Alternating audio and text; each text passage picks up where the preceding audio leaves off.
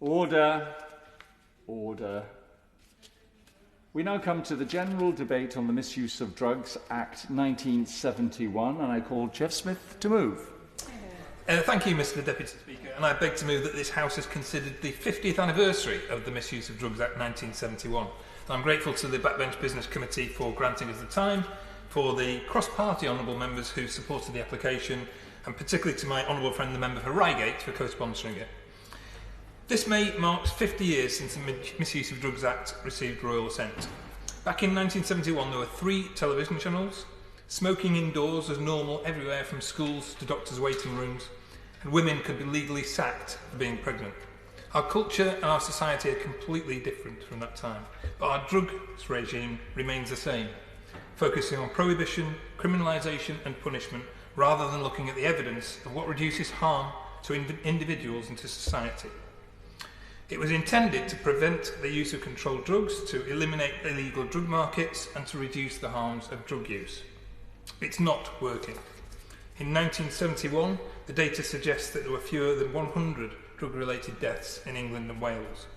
In 2019, drug-related deaths in England and Wales rose for the 8th year in a row to 4,393, a 52% increase in drug-related deaths over the last 10 years, and there were 2,883 deaths directly from drug misuse. These people mattered. Many of their deaths were preventable. With better laws and properly funded treatment services, many could still be with us today. In the late 60s, about 1% of adults had used drugs at some point in their life. It's now 34%. And while the drug market remains in the hands of criminal gangs, drugs are getting stronger and more adulterated. People are dying because they don't know what is in the drugs they're using. Even the government acknowledges the failings. A 2014 Home Office report reviewed the evidence and said there's no relationship between tougher punitive sanctions on drug possession and the level of drug use in a country. Last year, Carol Black's review of drugs for the government said the evidence suggests that enforcement crackdowns have little impact on the overall drug supply and can often have the unintended consequence of increasing violence, for example by creating a gap in the market for dealers to compete over, or increasing distrust in the drugs market. The police force in County Durham published evidence where drug users were interviewed about a large-scale undercover police operation. It lasted 6 months, cost over £500,000, and resulted in the arrest of over 30 people involved in the supply of Class A drugs. When users were asked how long they thought the operation had strangled the heroin supply for, one estimated 4 hours and another just 2 hours. And if people want more evidence on this one, I'd recommend the books by former undercover cop Neil Woods, who gives a graphic illustration of how the market is there, and even if you interrupt the market, people come in and fill the gap. We cannot arrest our way out of this problem. Through county lines, through dealing and exploitation, more and more young people have been pulled into drug supply and into a life of crime. In 2017 alone, 38,000 people were criminalised for possession of drugs in England and Wales, almost 3,000 of them under the age of 18.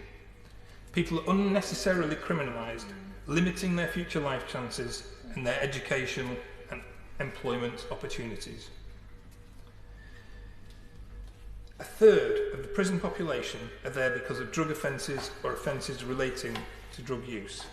Putting people in custodial settings as a result of their substance use punishes those who need help, doesn't address the root cause of their issues, and is more often than not counterproductive. All those things add up to part of the human cost of our drugs policy, but what about the financial cost?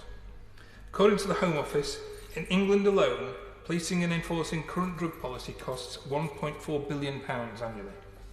Half of acquisitive crime is related to illegal drug use. A different Home Office Commission report said that the failure of drug policies cost the taxpayer £10.7 billion a year in policing, healthcare and crime. And the total societal costs of harms relating to illegal drug use are now £19.3 billion. Another consequence of the Act is how it's held back scientific and medical developments. Drugs in Schedule 1 like psilocybin, MDMA, LSD and DMT are showing real promise as potentially life-changing treatment options for conditions like depression, PTSD and addictions. And while it's technically possible, it's slow, it's difficult, and it's very expensive to do medical research into Schedule 1 substances. So under this policy regime, we're wasting money, we're wasting the resources of the criminal justice system, we're wasting the chance to do better research and to find evidence to inform our drug policy and our medical interventions, and we're wasting lives. Well, my honourable friend Corinne. I'm really grateful to my honourable friend for setting out the scope of the impact of the drug scene today and the implication it has on residents, including in my constituency of York Central, where there's an incredibly high level of drug deaths, and this is how I got involved in the issue. But I have been on a journey, and I have learned how a public health approach can be transformative in using diversion of people away from crime, ensuring there isn't exploitation, good treatment, including engagement of drug consumption spaces, and taking that full public health approach. Does he agree with me that we need to see a sea change now to see harm reduction, as has been tried and tested elsewhere, and has real incredible outcomes that I know he has seen as well? Mr Deputy Speaker, my honourable friend is absolutely right, and this anniversary is surely the time to take stock, to change our approach, and as she says, to one that's rooted in evidence and doing what's best for public health.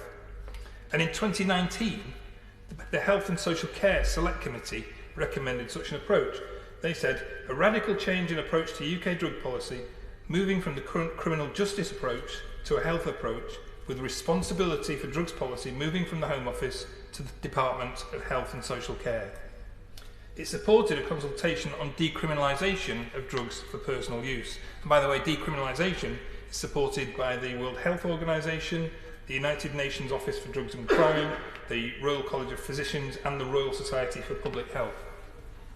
The government published its response earlier this year, saying it had no intention of decriminalising drugs.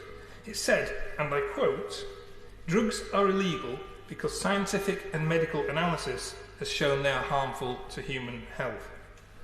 Apart, of course, from alcohol, a drug which is more harmful to the user than most drugs aside from heroin, crack and methamphetamine. Certainly less harmful to the user than cannabis or ecstasy, for example. And it's legal. So let's think for a minute, following the government's logic, what would happen if we made alcohol illegal because it's harmful to human health? People wouldn't stop using it. They'd get it from the black market, as they did during Prohibition in the USA. People would die from badly produced moonshine, as they did in the USA, and the profits would go into the pockets of criminal gangs. So instead of that, we mitigate the harm from alcohol use by legalising it, regulating it, making sure it's not poisonous, making it safe, and we can invest the tax raised from its sale into the NHS and into public messaging. And no one has ever given me a convincing argument why we don't take the same approach to cannabis, as many US states and increasing numbers of countries around the world are now doing. There's simply no logic to the government's approach. Now, there will be different approaches to different drugs, but what I think is common is that the current regime isn't working. And over the last half a century, there have been calls for reform from a wide range of parliamentary committees and public bodies. And we have an increasing body of evidence to look at for how things could change for the better. The evidence from countries that have liberalised their approach to drugs doesn't suggest an associated increase in use. And the example of Portugal is worth highlighting again. In the early noughties, Portugal was in the grip of Europe's worst heroin and drug death crisis. In 2001, they ended the criminalisation of people who use drugs and established a health-led approach instead. Since then, the drugs-related deaths fell and have remained below the EU average. The proportion of the prison population sentenced for drug offences fell from over 40% to 15%. The number of annual drug overdose deaths reduced from 318 in the year 2000 to 40 in 2015. An 18% reduction in the social costs of drug use in the first 10 years of decriminalisation. Problematic use and school-age use both fell, and rates of drug use in Portugal have remained consistently below the EU average. Even within the current regime, the government could stop blocking some proven harm reduction measures like overdose prevention centres, drug safety testing, and could ramp up and even out the provision of naloxone and heroin-assisted treatment. It could have encouraged more diversion schemes, more deferred prosecution schemes, and properly reinvest in the treatment budgets that have been cut in recent years. On that point.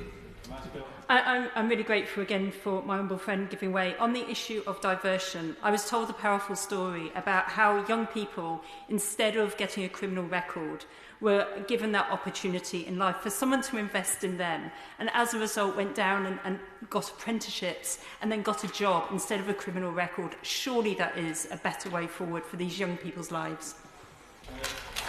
She's absolutely right, and we have the evidence in the UK. There have been some very good diversion schemes in Durham that I can think of, in the West Midlands, and there are others. And we don't even need to look at the evidence abroad. We can look at the evidence in the UK on how these things work.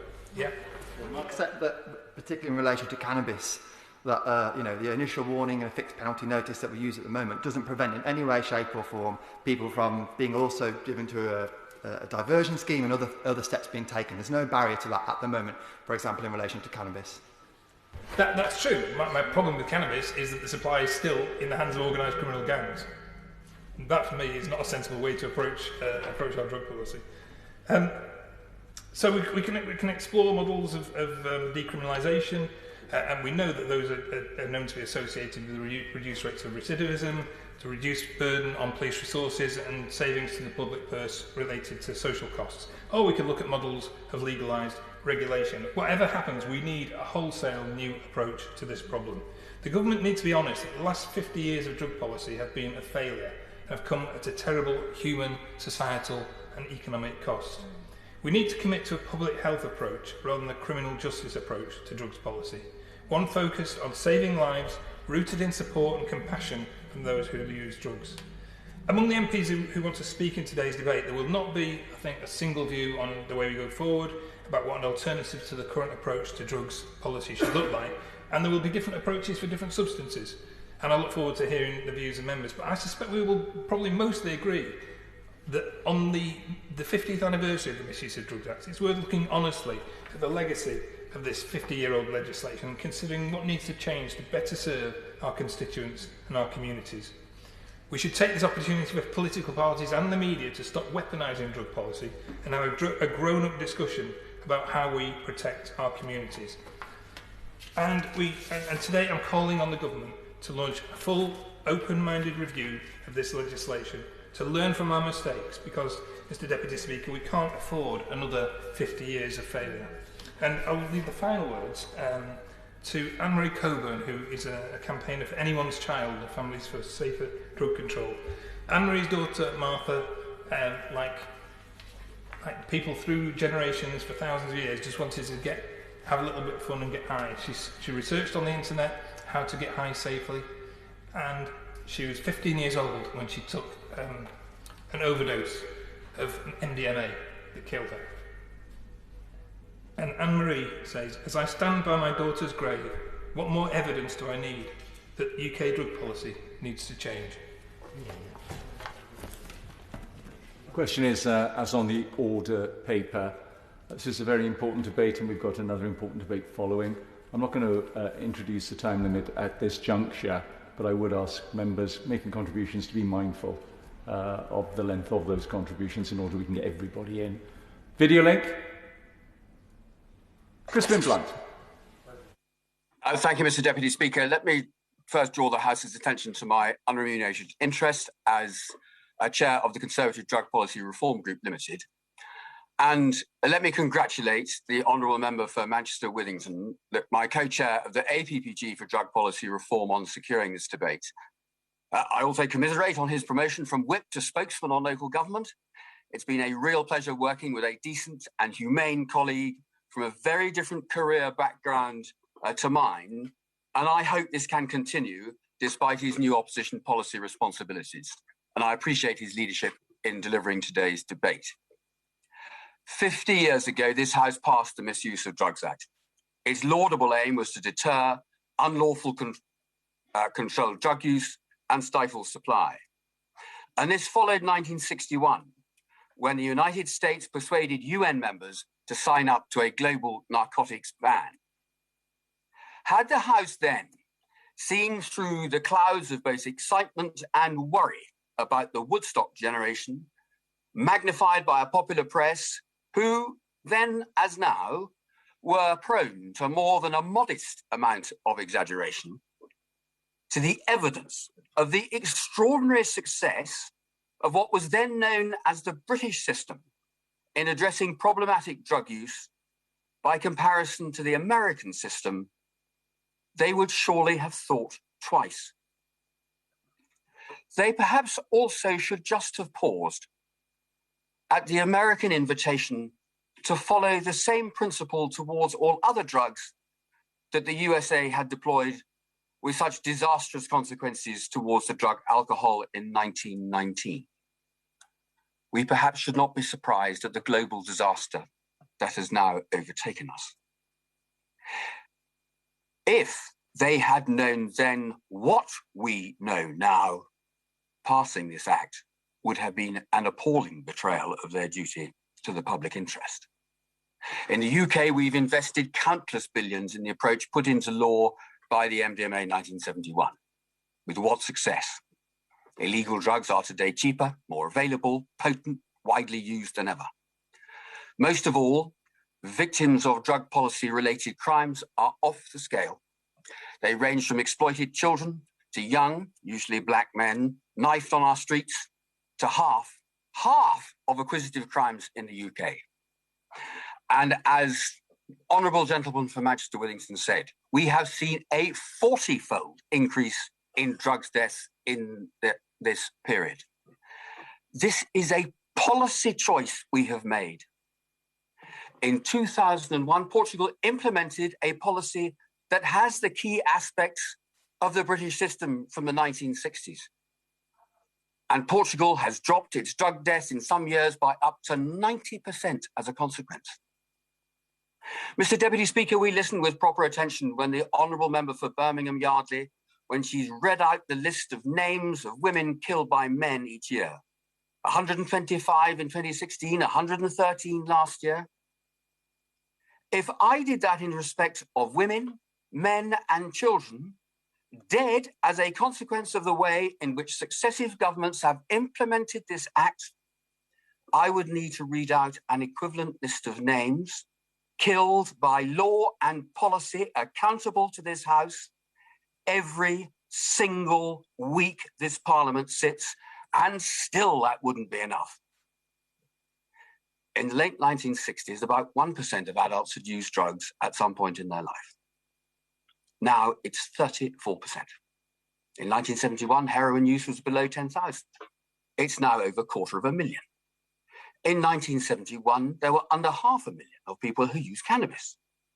Now it's over 2.5 million, and users of cannabis supplied by criminal gangs today also consume a much more potent drug of real danger to growing young minds.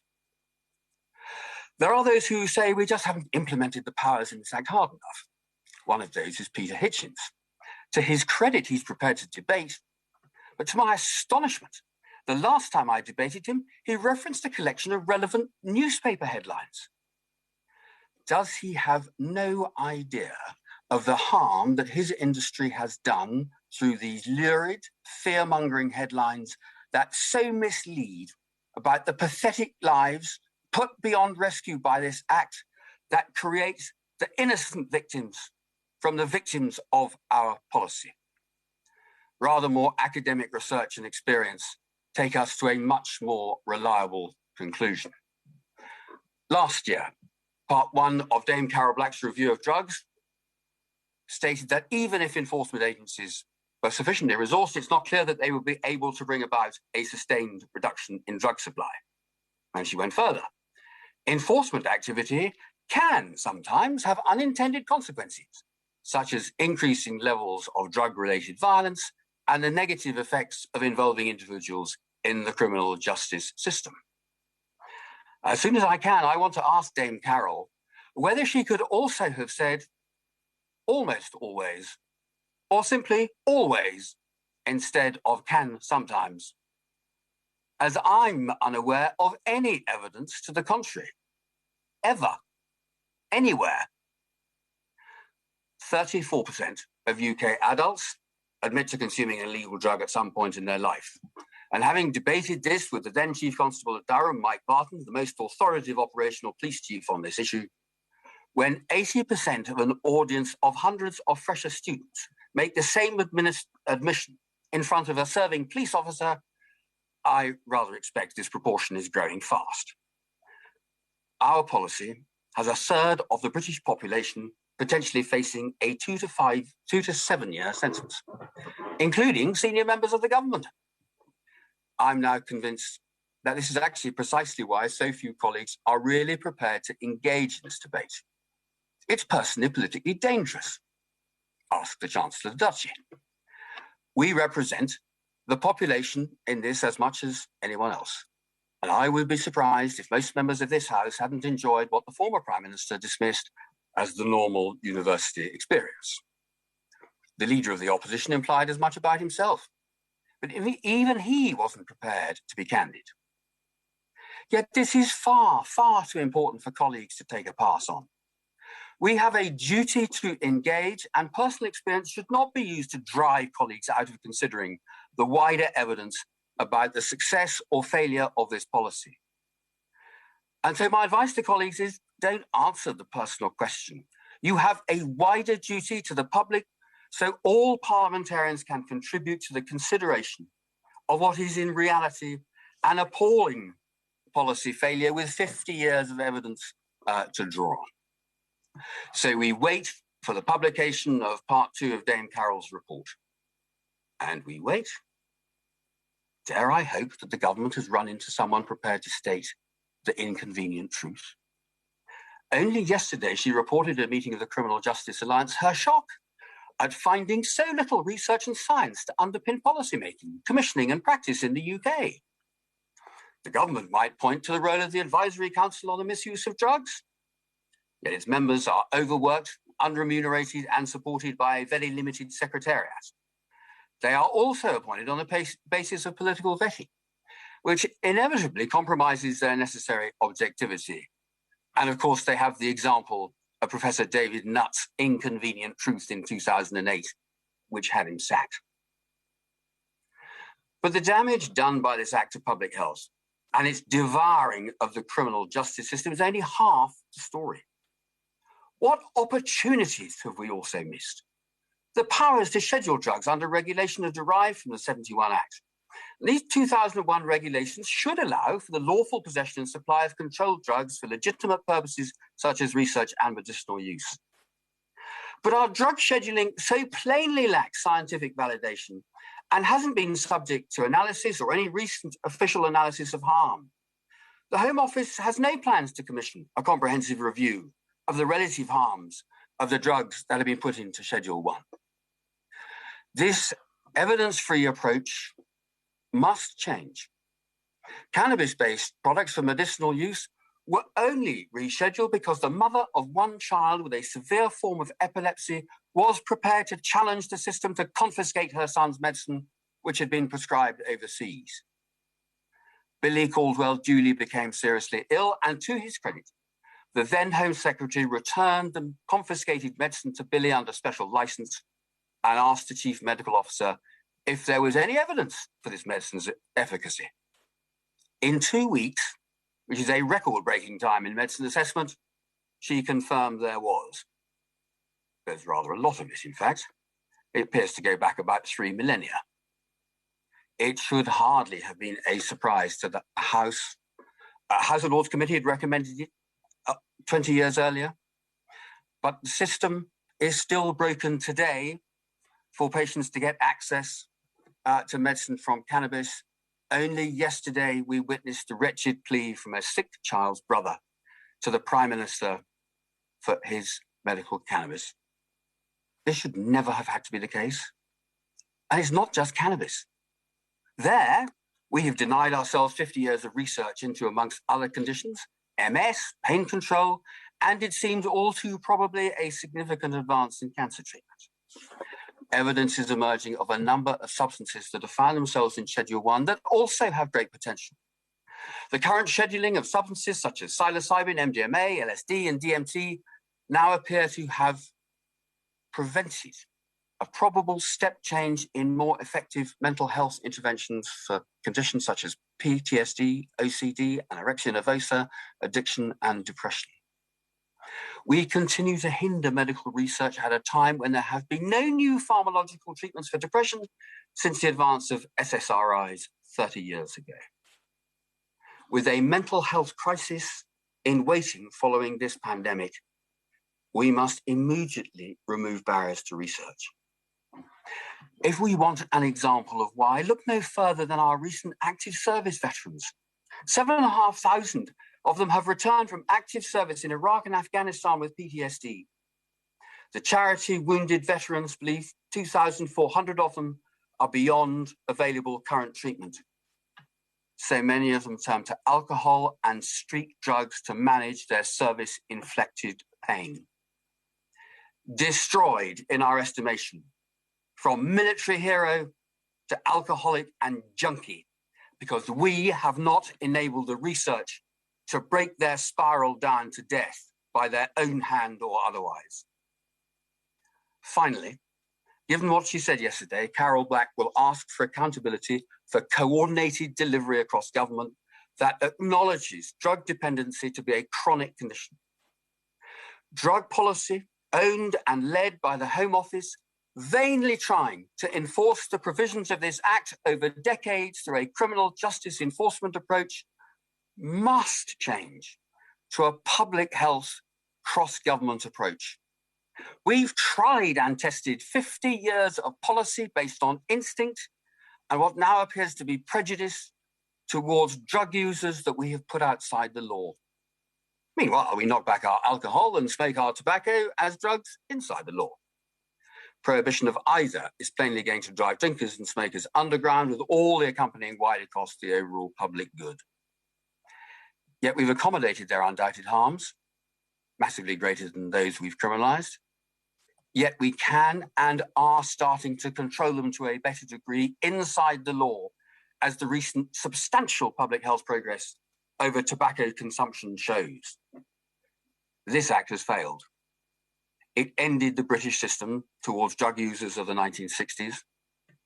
Our oldest ally, Portugal, faced with its own drug crisis of the late 1990s, turned to it in 2001, with conspicuous success over the last 2 decades.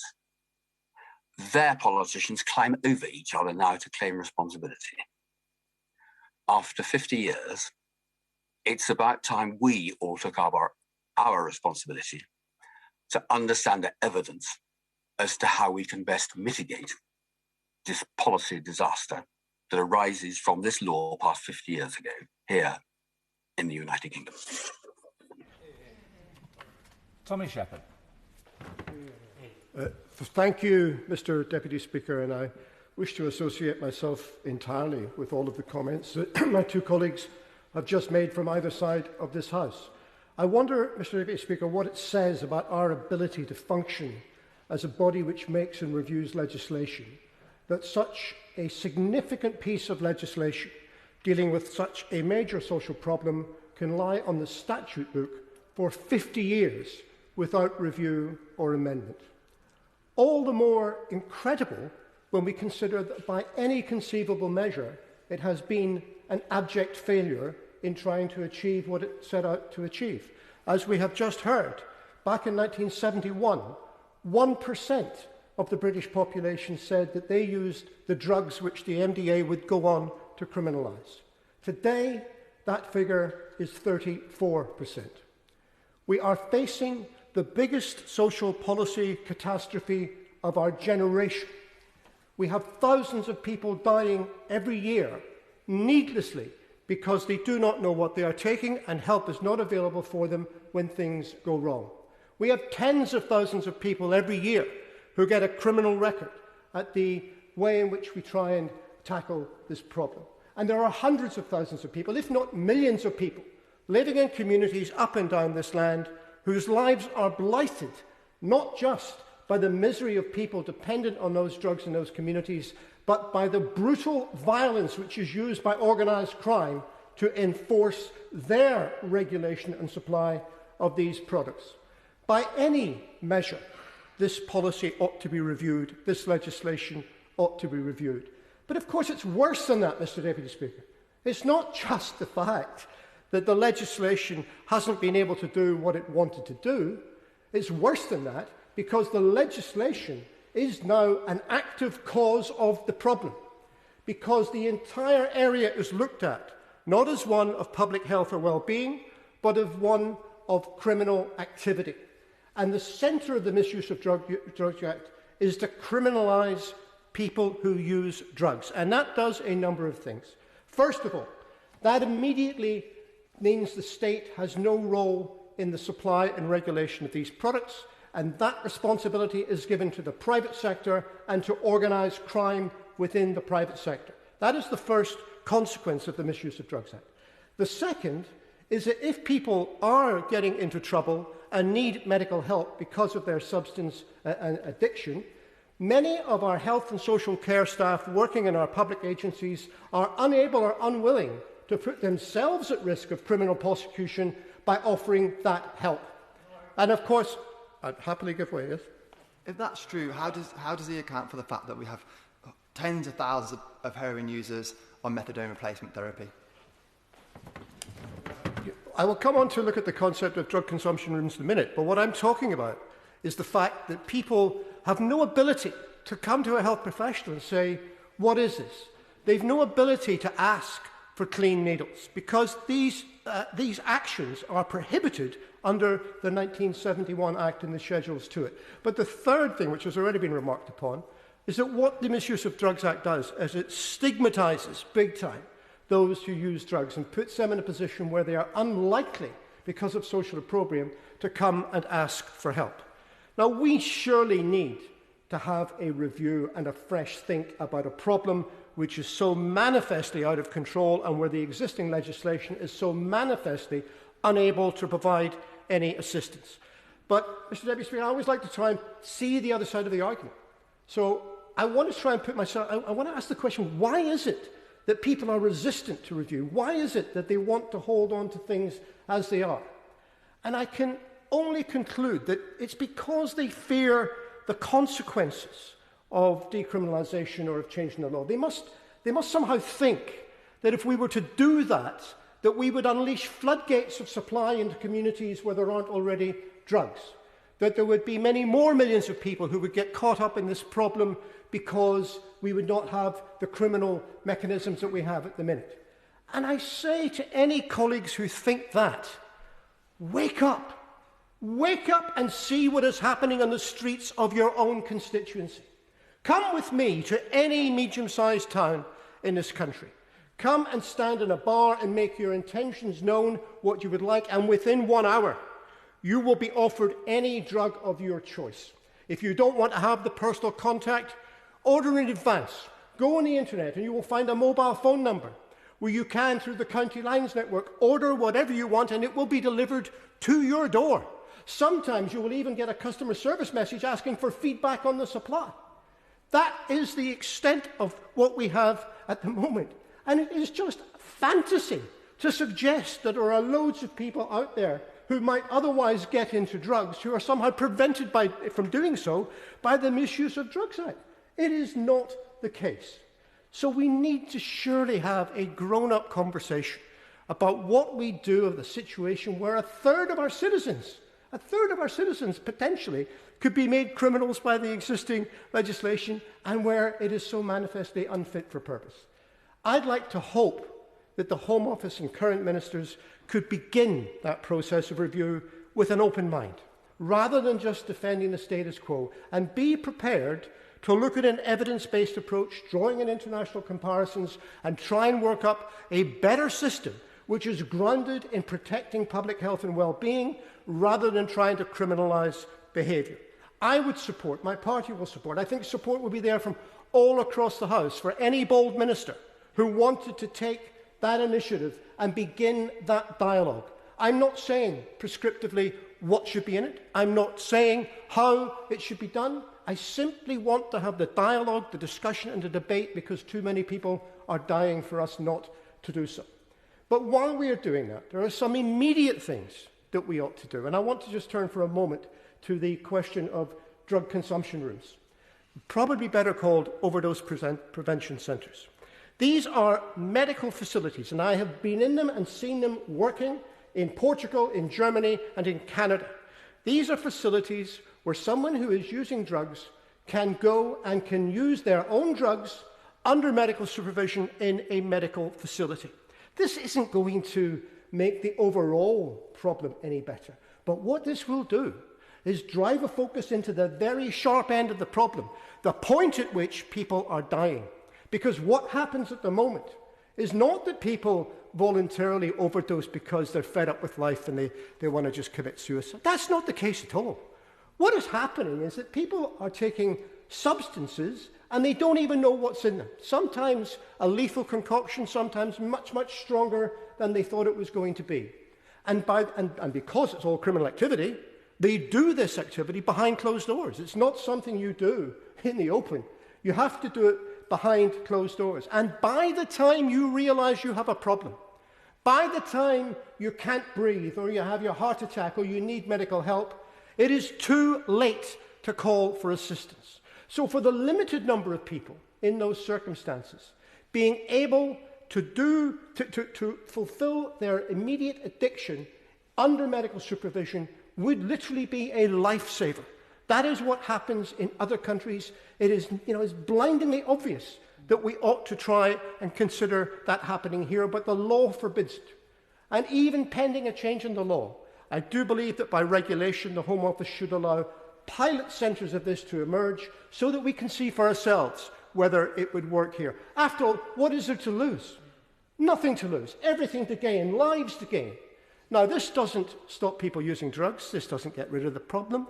This doesn't make people, get their life back together. It doesn't get people the medical help they might need, the social services help they might need. It doesn't get them a job if they haven't got one. Of course it doesn't. But it keeps them alive long enough so that those interventions can then take place further down the line.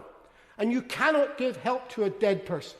So that is why it is so vital that we have a sensible discussion about these drug consumption rooms and supervised facilities. And the Scottish Government stands ready and has been pressing the Home Office to allow them to go ahead and do this in Glasgow.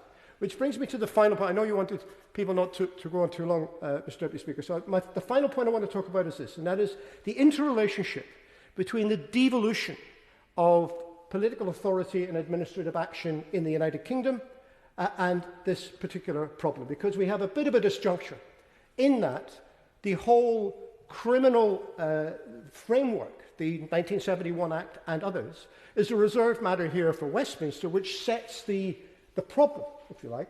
But dealing with the consequences of that, the health and social care and the economic fallout from that policy, is a matter for the devolved administrations.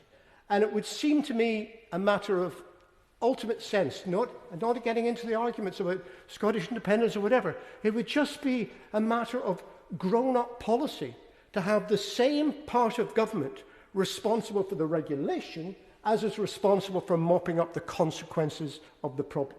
And that's why I think when the time comes, we need to urgently look at devolution of the controls currently in place in the 71 Act and whatever replaces it to go to the devolved administrations and to be located within a health and social care context which is already devolved. Now, in advance of that, and I asked the Minister, I've spoken with the Minister several times on this matter, and I trust that he is thoughtful on the matter. I do think he is prepared to consider other points of view. I think he's prepared to consider evidence, but I think he feels himself mightily constrained by tradition, convention, and perhaps by political pressure elsewhere.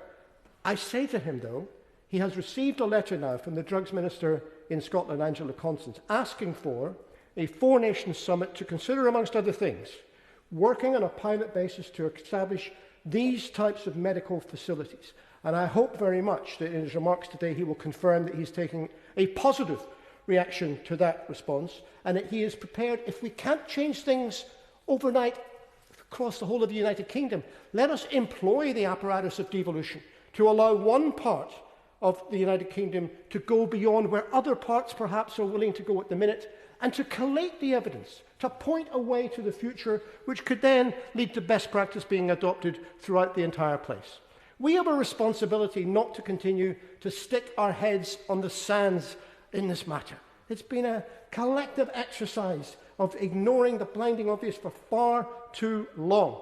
And I appeal to colleagues, we're not having a vote today, but I appeal to colleagues to do what they can through the various structures of this place and within their political parties, because this should not be a matter that divides us on party grounds.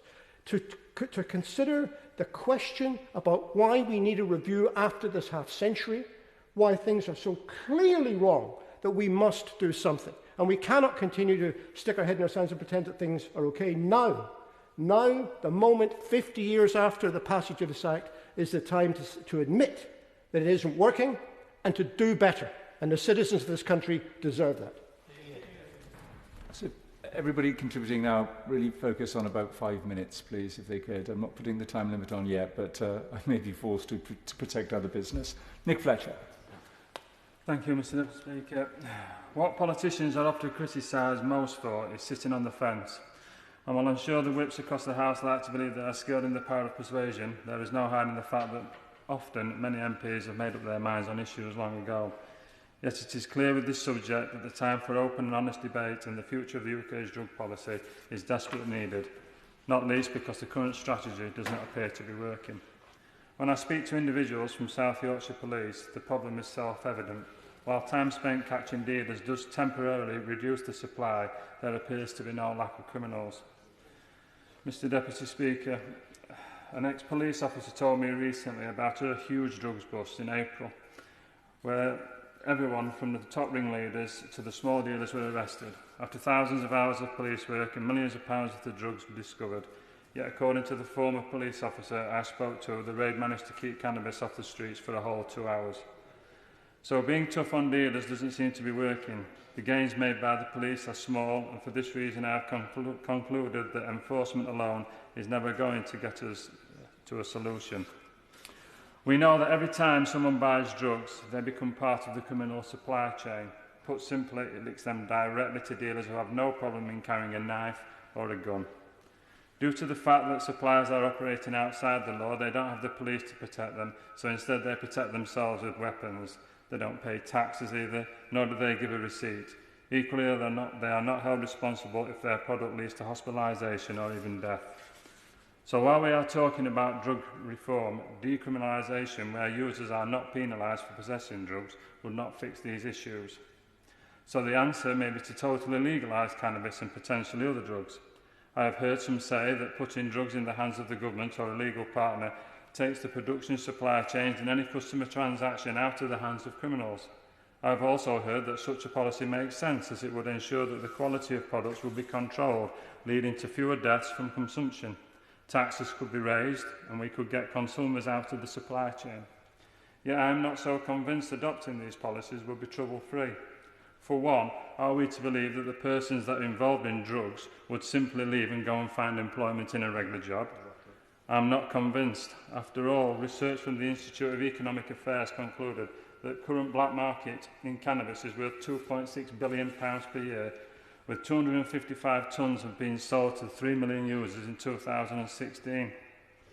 Any movement to government-controlled legislation of cannabis would be a huge loss for current criminals, and I fear they would simply move into selling harder drugs that would be grossly irresponsible to ever even consider regulating.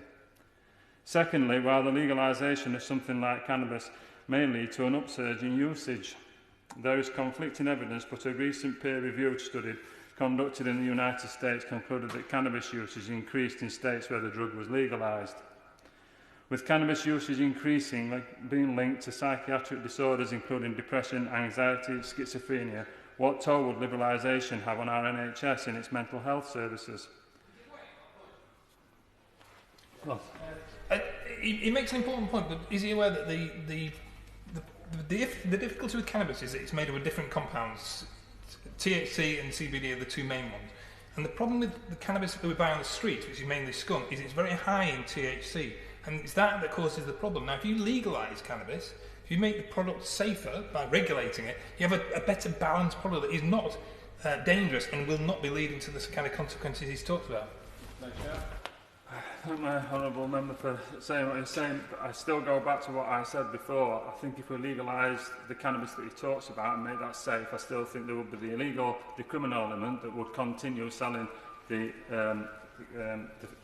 cannabis that is happens in Amsterdam. Yeah, it's not a good place to be. The questions I have raised today are not new to those involved in policy making, yet such arguments will be new to many of my constituents who unfortunately have had to deal with the effects of illicit drug dealing in their communities, and that is why I believe this House and the Government needs to have an open mind when considering about reform of this area. And before we rush into anything, we must ask what the potential effects of reform are, especially for our children and young people. I therefore believe that as a compassionate individuals, the best thing for us to do is to deter people from starting the habit in the first place. With regards to drugs, this means doing everything we can as parents, family members, community members, society, government, to educate our children and look out for them too. Look out for who their friends are, have high expectations for how they behave, keep them entertained and encouraged, keep them fit and healthy, and most importantly, give them a vision of a great future. We also need to take responsibility for our own actions. Mr Deputy Speaker, that means the minority of successful people out there who are earning good money need to stop their weekend coke habit or their marijuana habit, because contrary to what they think, this practice is hurting communities and putting lives in danger. They need to think again because they are part of the problem. They are part of that chain and they are fueling demand. Every time these people take drugs in expensive bars and nightclubs, they are part of the chain that gives a 9-year-old running drugs. They are part of the chain that puts a knife in the hands of a 16-year-old. And they are part of the chain that leaves grieving parents mourning the loss of a son or a daughter who has just overdosed. Put simply, there will be a lot less demand if the people who aren't addicted but take drugs recreationally stop doing so. This reduction in demand would ensure that the market would shrink and the number of dealers and crime would be reduced. And when our police do the big drugs bust, maybe the streets wouldn't be drugs free for 2 hours, just maybe it would be permanently free from these dangerous substances. In summary, we need to stop our young people getting involved in drugs by educating on the damage they cause. We also need to put more support into helping those lives who are already affected by drug addiction. These two simple policies alone would help drastically reduce demand and therefore the size of the market. In turn, this will give our police forces a fighting chance to catch the dealers and other criminals involved in these supply chains. Thank you.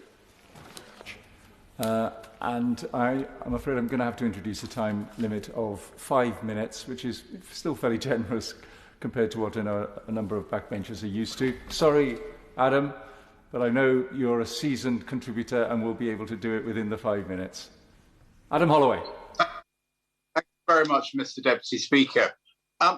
In my experience, drug addiction is very clearly an illness. Opiate addiction, for example, is a health problem.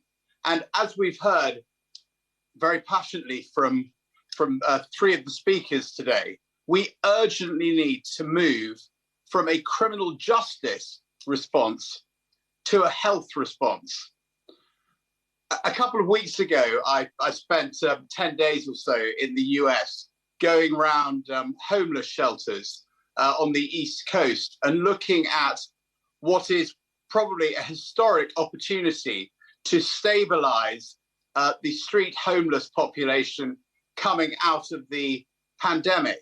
And of course, the problem of street homelessness in the US is somewhat different to the one we have here, given our benefits available to pay for housing here. But they share the common thread that very, very large numbers of the street homeless are mentally ill or drug addicted. And I spent an extraordinary day with Professor Jim O'Connell, who set up Boston Medical Care for the homeless back in the mid-80s. He realized street homeless people didn't have medical records, and he's now got an enormous operation. One of the things that he does is what the member for Edinburgh East described very movingly as overdose prevention. He has an area. It's tarmac. It's half the size of a tennis court. It's called the Southampton Comfort Station, and it's there that drug addicted opiate addicted people come and shoot themselves up with fentanyl. And I used to be a TV reporter, and I had the same emotional response to just seeing these 200 people shooting up, staggering, preparing to inject themselves as if they were on a picnic or rolling up a cigarette. There's just appalling scene. It was like, I don't know, it's like I would imagine somehow hell would be.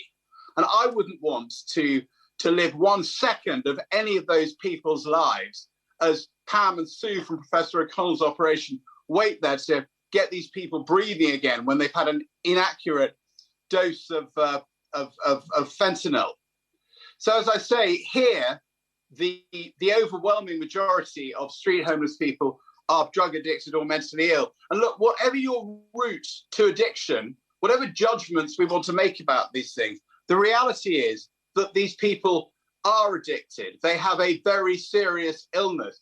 You know, I've taken opiates for pain relief, and I can absolutely see how you could very, very quickly become addicted to this stuff.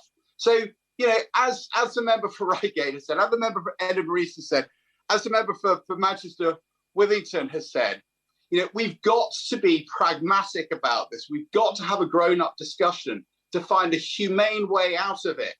You know, not just for them, but, you know, also for the wider society.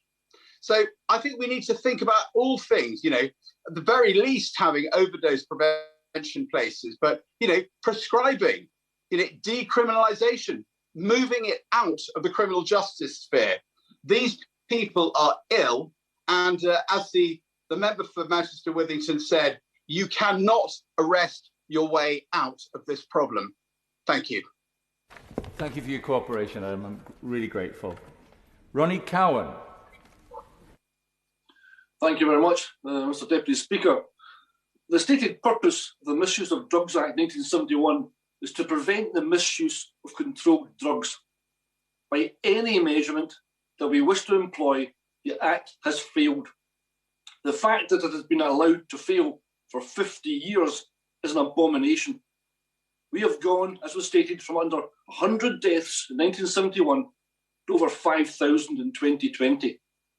The legislation is flawed, and the job we are asking the law enforcement agencies to do is impossible. The fallout is picked up by the NHS and the many, many third sector organisations.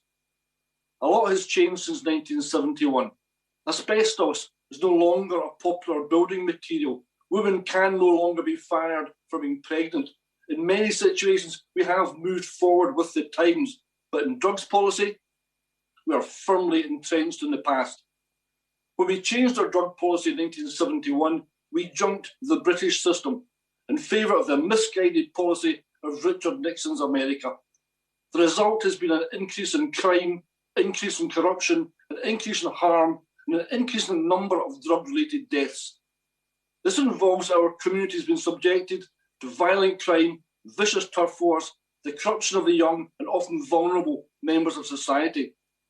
We cannot, we never will be able to arrest our way out of a drugs war. Substances that were once legal are now made by criminals with scant regard for consumer safety. They're often cut with other products, and potency can't be guaranteed. As a result, many young people have died experimenting with drugs. One tablet, that is all it takes, and a life can be lost because they are not regulated. Other countries are not inflicted by this paralysis. They have decriminalised and legalised drugs. They have drug consumption rooms. They have diversion schemes. I have visited Portugal and Catalonia to see what they are doing, and it works. It saves lives and it rehabilitates. These are humane schemes because they treat drug addiction and harm as a health issue, not a criminal justice one. They're creating an environment where people are not marginalised and ostracised, and as a result, are not experiencing prejudice because of their health issue. And that can only happen when there's a change of a mindset that facilitates the provisions of services. We need to waken up to the reality that the policies we're pursuing are not doing any good, and in some cases are actually making the situation worse. Recent evidence from Canada, as quoted in the Scottish Affairs Select Committee Drugs Inquiry report, showed overdose prevention centres in British Columbia alone saved between 160 and 350 lives in 20 months. And yet the UK government's attitude is that the establishment of drug consumption rooms would condone drug use. This lack of empathy and refusal to bow to evidence makes me wonder if the UK Home Office thinks that the life of a drug addict is a life not worth saving. Because neither the Home Office nor the Department of Health has provided any evidence to contradict the findings of numerous reviews, including by the European Monitoring Centre on Drugs and Drug Addiction and the ACMD, who said that such facilities have not been found to increase injecting, drugs use or local crime rates. Listen to the United Nations Executive Board, chaired by the UN Secretary General and representing 31 UN agencies, including the World Health Organization and the UN Office on Drugs and Crime. They have called on member states to promote alternatives to conviction and punishment in appropriate cases, including the decriminalisation of drug possession for personal use. Minister, please drop the coming down hard on criminals rhetoric. It may sound good, but it does not work today. It has not worked for 50 years. It's time to end the war on drugs and start the war on the causes of addiction. And please, will you engage with Scotland's Drug Minister, Angela Constance? Help her remove obstacles so that we can create a more progressive and more effective drug policy, one that has health at its core. Thank you. Thank you very much, Ronnie, and I'm sorry you couldn't have the timing clock visible, but my goodness me, you did finish within the 5 minutes, so thank you very much. Kenny McCaskill. Thank you, Mr Deputy Speaker. I come at this debate from the experiences of Justice Secretary in Scotland for 7.5 years. It would also be fair to say that I think I reflect the views privately of many senior individuals, both in law enforcement and in the judiciary.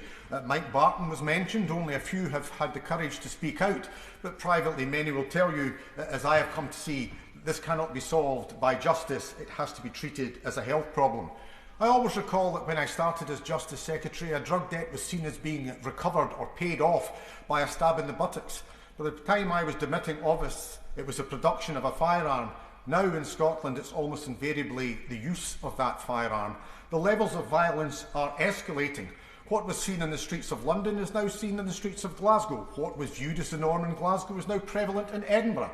The whole equivalent of the county lines, this is spreading across our country, and we are not defeating it in any shape or form. If it could be done by law enforcement, if it could be done by military power, then the United States would be drug-free. As it isn't, and it's a total failure despite all their weaponry and all the assets that they have at their disposal. That's why there has to be a change. Because not only is it affecting our safety in terms of the escalation of crime, the level of the corruption of our economy. There are whole areas of our economy that are literally being taken over by the drug trade and laundered money.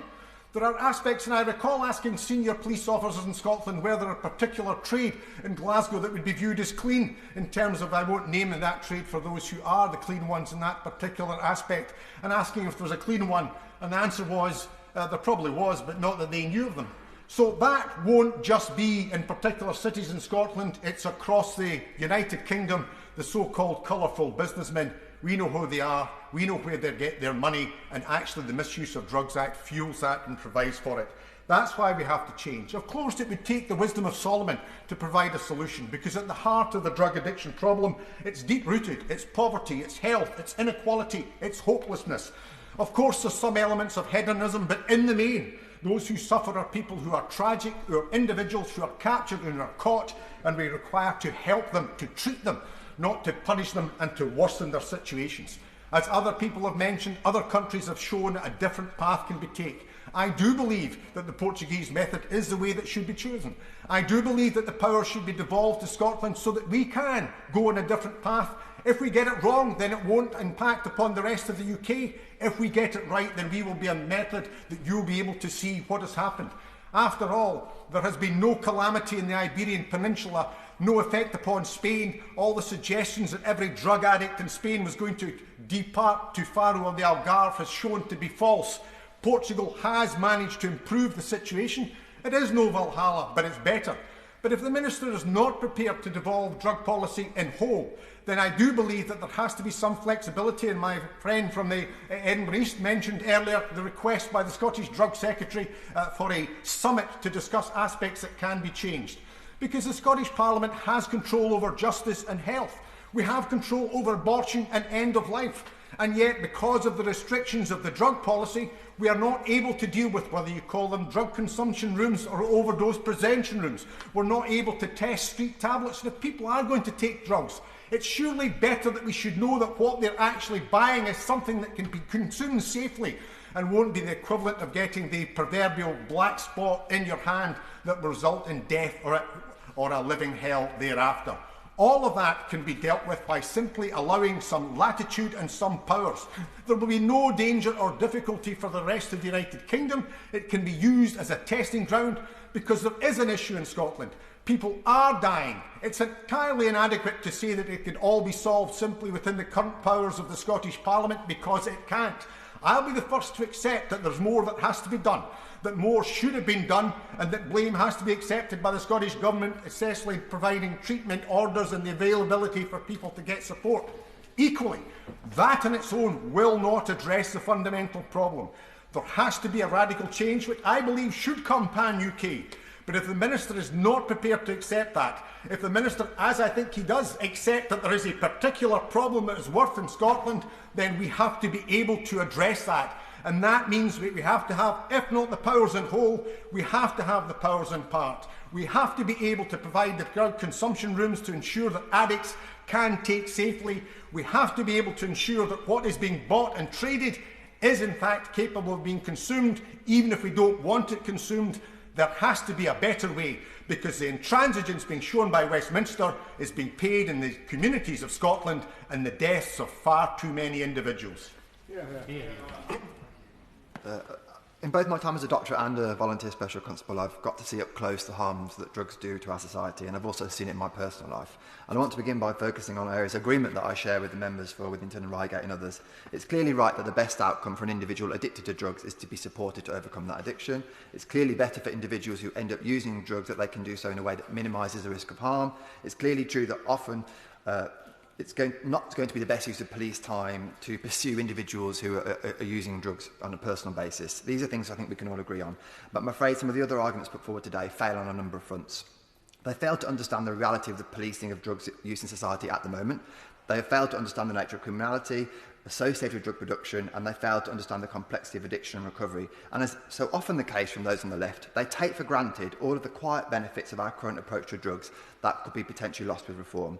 Fundamentally, abstinence-based policies are stopping very many people from taking illicit drugs. The overwhelming majority of people don't take drugs. And what members have done today, without any evidence whatsoever, is to draw association with cause. There are an enormous number of social ills that have exploded over the last 30 years. You cannot say that because our approach was X, it's been the cause of that. There are many, many factors that drive drug use, and you have no idea what drug use would have been had we had a different approach. I would ask the member for Withington, who I know DJ'd in nightclubs that I frequented a long time ago in Leeds and Manchester, how many times his nightclubs were raided by police bent on catching everybody that was taking amphetamines. How many times he's seen a police sniffer dog outside of a festival desperate to catch people for taking these types of drugs. As I mentioned earlier with cannabis, the overwhelming majority of people who are caught with cannabis and have it only for possession if they're an adult, they're not causing any other kind of problems for the local area, like smoking it publicly or being involved in criminality, will end up with a warning notice and a fine. Very, very, very few of the people you've talked about being in prison for drug offences are there for consumption. They're overwhelmingly in there for dealing, and if they're there for consumption, it's usually because they've had a string of other interventions, whether it be a suspended sentence, a community order, other things. And actually, I think it's fair, ultimately, they continue to cause misery in their local communities, that they face a prison sentence for that. They're not there because, fundamentally, we're sending people away to prison because they smoke cannabis or because they take ecstasy. That's just not the reality of the situation. And the question that might provoke, of course, is, well, why don't we just decriminalise it then if people are kind of relatively able to use it in proportion? And it goes back to what I said before. Firstly, I don't endorse that situation. My strong view is that the criminalisation deters an awful lot of people from using it, and members can't have it both ways. They can't say, on the one hand, there's all this stigma with drug use, you can't get treatment, you can't speak about it, you can't be freely open with it, and then say decriminalisation won't increase usage because it's freely available anyway and people can just get at. You can't have those both scenarios. You must have one or the other. There is a stigma which will have a social effect, or there isn't. You can't have it both ways. And when it comes to the nature of criminality related to drug dealing and drugs being illegal does not create criminal gangs. Criminal gangs exist because there are sections of our society that are willing to step outside of the rules or the norms, use violence, be thugs, and do things the rest of us won't do to make a quick buck. They happen to be doing that with drugs, and in two ways, decriminalising won't change that. First of all, they'll just do more of other things. There'll be more racketeering, there'll be more counterfeit money, there'll be more people trafficking. There will always be people that will look to make money and be violent as a result of that. And as my honourable member mentioned, whatever limits we put on drugs, unless people really here think that Boots are going to be giving out injectable heroin, there will be limits on the drugs that would be criminalised. And counter to what my honourable friend has said, actually the evidence is, for example, in Amsterdam, they have one of the biggest problems with potent cannabis. One of the biggest problems with potent cannabis, decriminalising the use of cannabis in Amsterdam has not stopped that. So whatever we do, there will always be people that want. It's the nature of addiction. The nature of addiction is that you want a bigger hit, you want more than you got the first time. So you always eventually can hit those limits and want someone else to go above what the law will allow if we're accepting that there will be some kind of barriers. And I think I want to draw finally on my experience of at university. As a doctor, we had a former heroin addict come in to speak to us. This was a lady who had multiple goes at addiction. Her ongoing addiction was not as a result of not being able to get treatment. She had multiple opportunities to seek treatment. She went on some treatment courses.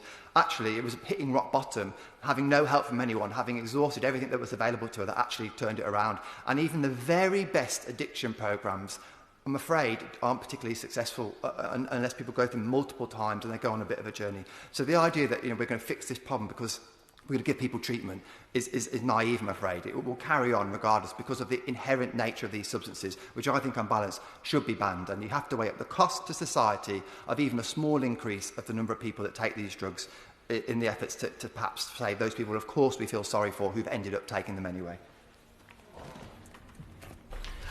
Thank you very much, Mr Deputy Speaker, and I really do feel privileged to speak in this debate. It's been an absolutely terrific debate and some fantastic contributions, and that isn't to denigrate the contributions of the honourable members who take a different point of view, but I particularly want to associate myself with the remarks of my good and honourable friend, the member for Manchester Withington, and the right honourable member for Reigate, and the honourable member for Edinburgh East, and the honourable member for Inverclyde and for East Lothian, because I think this is an important subject, and I'd like to thank the Backbench Business Committee for granting the time. Clearly, we've had 50 years of failure with the Misuse of Drugs Act. Any analysis, objective analysis, it indicates that current policies are not working. And for me, that means it's time to try something new. There's been some terrific suggestions about pilot schemes, something that I've advocated for a number of years now. I might say originally I had the same views as the members opposite, but I've taken the time to get involved with the subject, to meet people like late Ron Hogg, who was extremely brave, our former Police and Crime Commissioner in Durham, who introduced some heroin-assisted treatment programmes, diversionary programmes. Mike Barton, our Chief Constable, extremely brave. It isn't a popular measure with the general public, but it was effective. It was effective in reducing crime, in reducing the number of avoidable drugs death, and successful in removing some of the burden from the criminal justice system. Problematic drug or alcohol deaths are higher in areas of significant deprivation. I think that's a given. It's another reason why I'm very concerned about it. I don't consider it an individual moral failing. I don't make such judgments, but there's a complex interplay of economic and societal and family factors which affect someone's chances of developing substance misuse issues. But I think we need to ask ourselves what the Misuse of Drugs Act has achieved. In the late 60s, as we've heard, about 1% of adults had used drugs at some point, which are now criminalised. It's now 34%. Heroin use has risen exponentially, 25-fold since 1971. Cannabis use has risen 5-fold. Tens of thousands have been imprisoned and hundreds of thousands of years have been served. More enforcement won't solve the problem. Mr Deputy Speaker, I'm a member of the Drugs, Alcohol and Justice Cross-Party Parliamentary Group, and that stands for evidence, not prejudice in policy, and treatment, not punishment in practice. The group's advised by Humankind, With You and the Westminster Drug Project, charities which together support around 150,000 people across the UK each year. And although the third sector is well placed to support those with complex needs and with vulnerabilities, and also has the necessary talent and tenacity and experience to do this, it has lacked resources due to a number of years of cuts to local budgets. Significant and sustained investment is needed now to rebuild and reinvigorate our services. If we don't, we're simply storing up problems for the future in the way the services are delivered at present.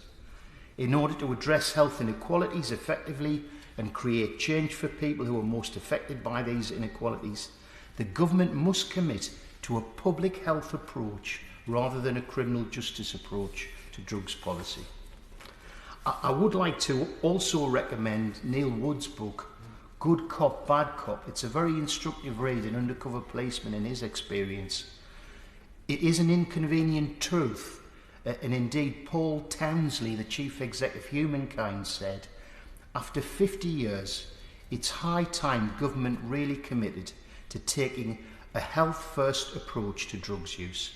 Locking people up hasn't worked, but we know that access to high-quality treatment and support does work. Over 25 countries across the world have decriminalised possession of some or all drugs, and the international evidence shows an alternative policy is possible and effective. Thank you. Very much. The timing clock should now be visible for the video connections. Alison Thewlis. Thank you, Mr Deputy Speaker.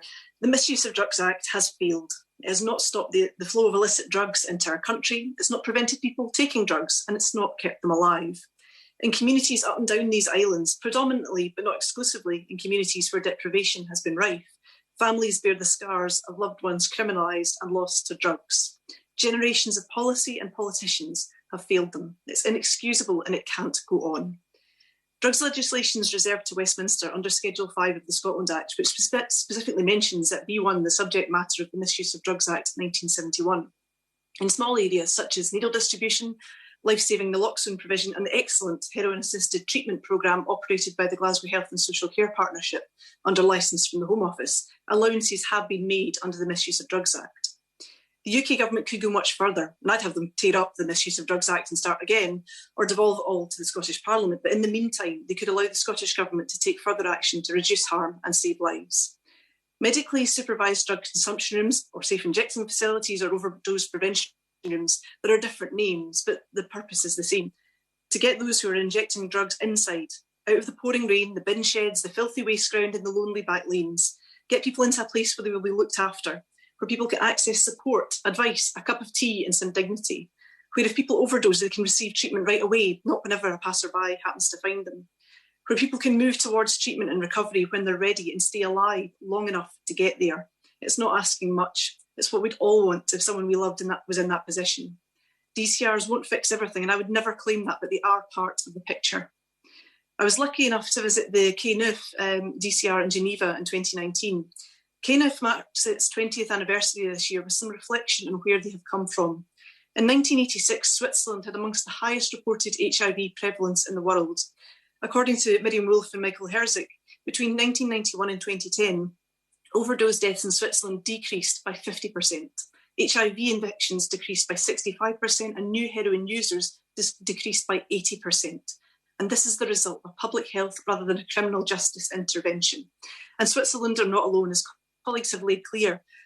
Countries around the world have taken similar paths. I still recall the astonishment of the staff in Canif when I described the situation in Glasgow and showed them the pictures of where people inject in waste ground near my constituency office.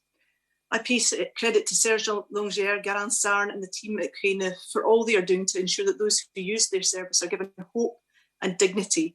They offer access to support, to training, to jobs, as well as providing a place where people can take drugs in safety and move towards recovery. Glasgow has had a plan for a similar facility since the 2016 Taking Away the Chaos report. It's the Home Office who stands in the way of this plan. An amendment to the Misuse of Drugs Act, a simple statutory instrument, would at a stroke protect from prosecution those who seek to operate, work in or use such a medically supervised drug consumption room. In a brave attempt to provide the beginnings of a facility, the campaigner Peter Krykant has been operating an overdose prevention project using a refurbished ambulance as a safe injecting van. And he puts himself at risk in doing so, and I thank him from the bottom of my heart for that work. Peter is reducing harm and he is saving lives, but it shouldn't just be up to him. I think of all the people who might still be alive today had the Home Office approved a proper facility for Glasgow 5 years ago, had they not fallen back to the same tired old political rhetoric. The cowardly home ministers in the Home Office who won't even come to my constituency to walk the streets, to listen to the campaigners with lived experience like Peter Krykant, and to meet with those who such a facility would support. It won't solve everything. We know this, but it would help. And if it saved one person from being added to the grim total of drug deaths in Scotland, it would be worth it. The UK government must give up their damaging rhetoric, stop listening to the Daily Mail and instead listening to the overwhelming global evidence of how medically supervised drug consumption rooms reduce harm and save lives, and do it now. Thank you very much, Alison. Video link, Janet Davey. Thank you, Mr Deputy Speaker. I'm very grateful to my honourable friend for securing this significant debate. 50 years of the Misuse of Drugs Act, according to Charity Transform, are saying this is 50 years of failure, and I agree. It's time we took a public health approach to drugs policy that puts people before prejudice, and it's time we had a review and reform of this Act. Mr Deputy Speaker, I'm first going to speak about the prejudices before I speak about the public health approach. Professor Robert Reiner, a retired lecturer at London School of Economics that I had the privilege to learn under, spoke about the over-policing of black young men and the underprotection. He has spoken about this for decades, and for decades very little has actually happened to improve the plight of young black men. They experience stigma by officers during stop and search, often for suspected drugs.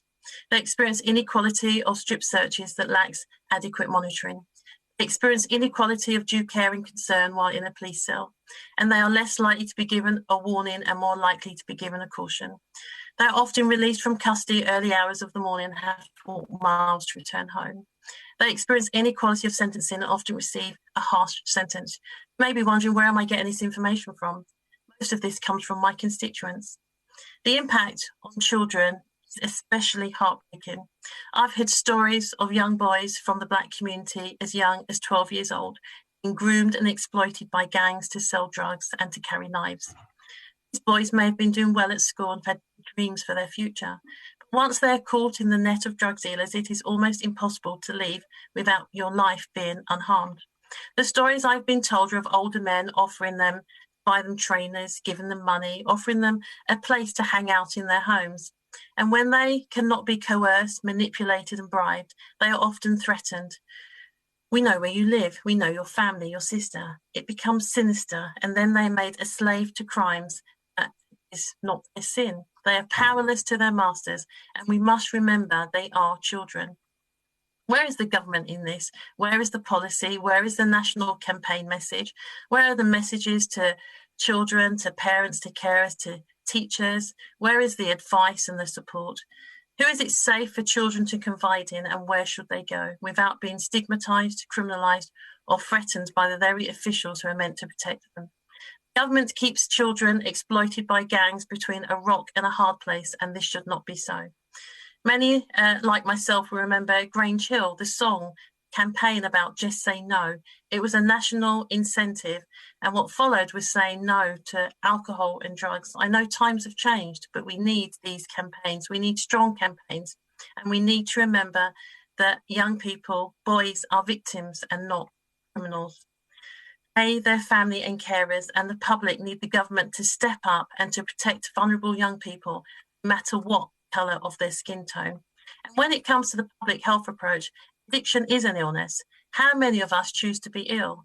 They have deep-rooted issues that they need help with.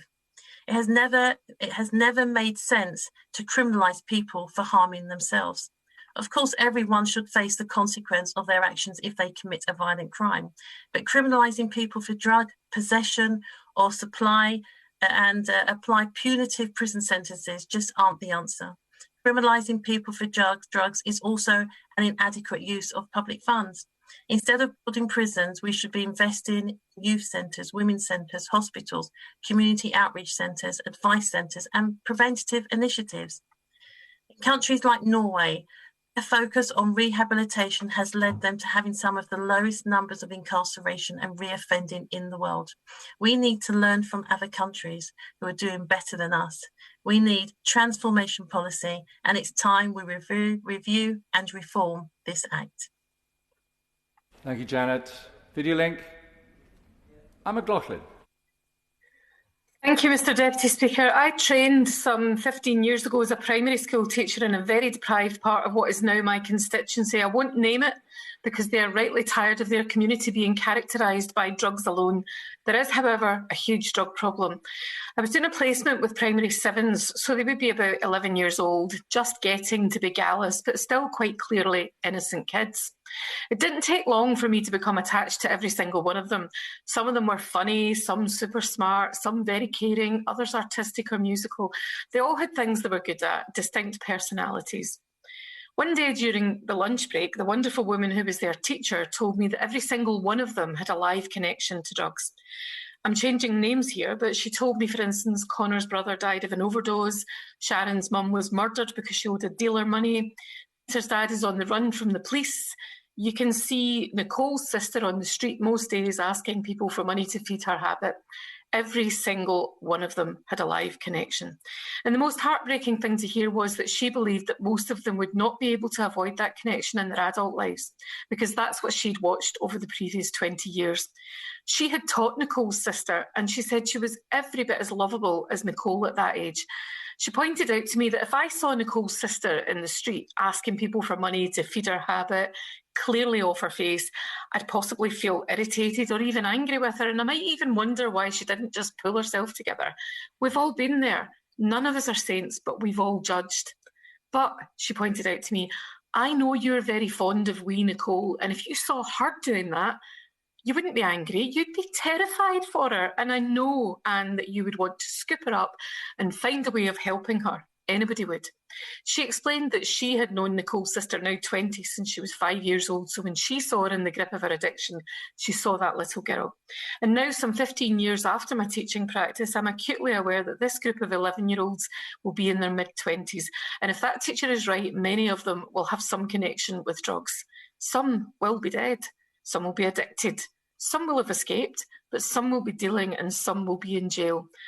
I know, and the evidence, as we've heard from so many honourable members today, tells us that a very different legislative approach to drug use would undoubtedly have seen their lives turn out very differently. It's well documented that most addicts are self-medicating to deal with unresolved childhood trauma, and I've just given a number of examples of the trauma some of those children I taught experienced. When trauma is unresolved, it's very common for adults to respond to triggers as their 5 or 7 or 10 or 12-year-old selves. So I'd ask everyone listening to think about that and think about what that teacher taught me that day, that we should not abandon a child just because their body takes on an adult form, that rather than turn our backs, rather than lock them up, rather than ostracise them, we should be recognising drug abuse and addiction as an illness, as a public health matter, now a public health emergency. And we should be doing, as that wonderful teacher was sure I would do, was sure anyone would do with any child in trouble, and scooping them up to get them to a place of safety and help them recover from their illness, as we do with every single other illness. We've heard the evidence today, Mr Deputy Speaker, so much evidence that the public health approach works. It's better for drug users, of course, but if I can't convince the government to care about that, then surely the evidence that it's better for our health services, our economy and our justice system will encourage them to think again and make this a public health matter rather than a criminal justice matter. Thank you very much. Alan Dorrance. Thank you, Mr Deputy Speaker, and good afternoon. Mr Deputy Speaker, the United Kingdom Government must urgently commit to adopting evidence-based solutions to drug use. This means no longer rejecting evidence-based recommendations and ignoring evidence which shows that the current approach is simply not working. Mr Deputy Speaker, may I briefly provide the House with my personal experience of being a frontline police officer in London and a detective in London during the 1970s and 1980s. At the time, the Misuse of Drugs Act was well established as the government's preferred method of dealing with drug use on the basis that people would not use or be found in possession of controlled drugs for fear of arrest and prosecution. Their solution was to arrest their way out of this problem by criminalising every aspect of illegal drug supply and possession. Some of the provisions in the Act were very successful, and they introduced specific offences making involvement in the production or supply of drugs punishable with long prison sentences. It is right that those concerned in the supply of drugs continue to face these increased penalties. However, where the government got it wrong at that time was the criminalising of even the smallest amount of controlled drugs, and in particular the possession of cannabis. The police prescribed method of dealing with possession of cannabis was the same as for drivers who provided a positive breath test for alcohol. It was a zero-tolerance approach with absolutely no discretion. When someone was stopped and searched for whatever reason and cannabis was found, irrespective of the quantity, they were immediately arrested. The suspected drugs were then analysed by a scientist to provide legal proof that the substance was in fact cannabis. The arrested person would be taken to a police station, billed to return at a later date, where they would be formally charged with the possession of cannabis, their fingerprints and photographs taken and billed to attend court.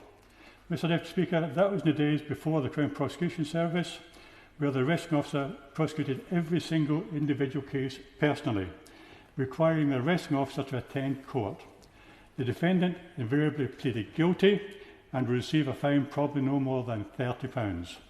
This happens in hundreds of cases every week and remained the procedure for many years. All that for a few grams of cannabis for personal use. Mr Speaker, on reflection, what a complete and utter waste of everyone's time, police and court resources and taxpayers' money. It benefited no one, absolutely no one. The enforcement of this legislation for possession of cannabis undoubtedly created serious tensions and distrust amongst the police and communities, and led to increased racial tension, and it continues to do so to this very day, Mr Deputy Speaker. Another serious consequence of this is that tens of thousands of people, disproportionately young black men, already facing barriers to employment, would receive a criminal record and be deprived of the opportunity to improve their life chances by disqualifying them from ever entering certain professions. Mr Deputy Speaker, drug misuse must be treated as a public health issue, and people who use drugs should be helped and not just punished. Advice, support and education should be provided in the same way as it is for other health issues, including alcohol and tobacco. Mr Deputy Speaker, the Misuse of Drugs Act criminalised and failed millions of people, often the most disadvantaged in our society. I call upon the Government to order a review of the law and introduce an evidence-based drugs policy that is founded on principles of multi-agency public health approach, rather than a criminal justice approach. The success of such an approach has been demonstrated by the Scottish Violence Reduction Unit, established in 2005, which has since reduced the number of homicides in Scotland from 137 to 64 last year. That policy and procedure and strategy works, Mr Deputy Speaker. If the Government were not minded to adopt such an approach, then the responsibility for drugs policy must be devolved to the Scottish Parliament in order that we are no longer bound by this discredited legislation and approach. Thank you, Mr Deputy Speaker. Very much. Video link. Christine Jardine. Thank you, Mr. Deputy Speaker. I'm relieved to be able to speak in this powerful, emotive debate today, but I am also angry, very angry, that half a century on, this country is still somehow clinging to an act that has signally failed in its intention. It has failed more than one generation, and it's time we listen to the voices raised against it, the families appealing for help. I am sure beyond any possible doubt that when the Misuse of Drugs Act was originally debated in this place, it was the genuine belief that it was needed to tackle a problem that had already taken lives, destroyed families, and promoted crime and antisocial behaviour across this country. But can anyone now be in any doubt that the Act and the war on drugs which it epitomises has failed?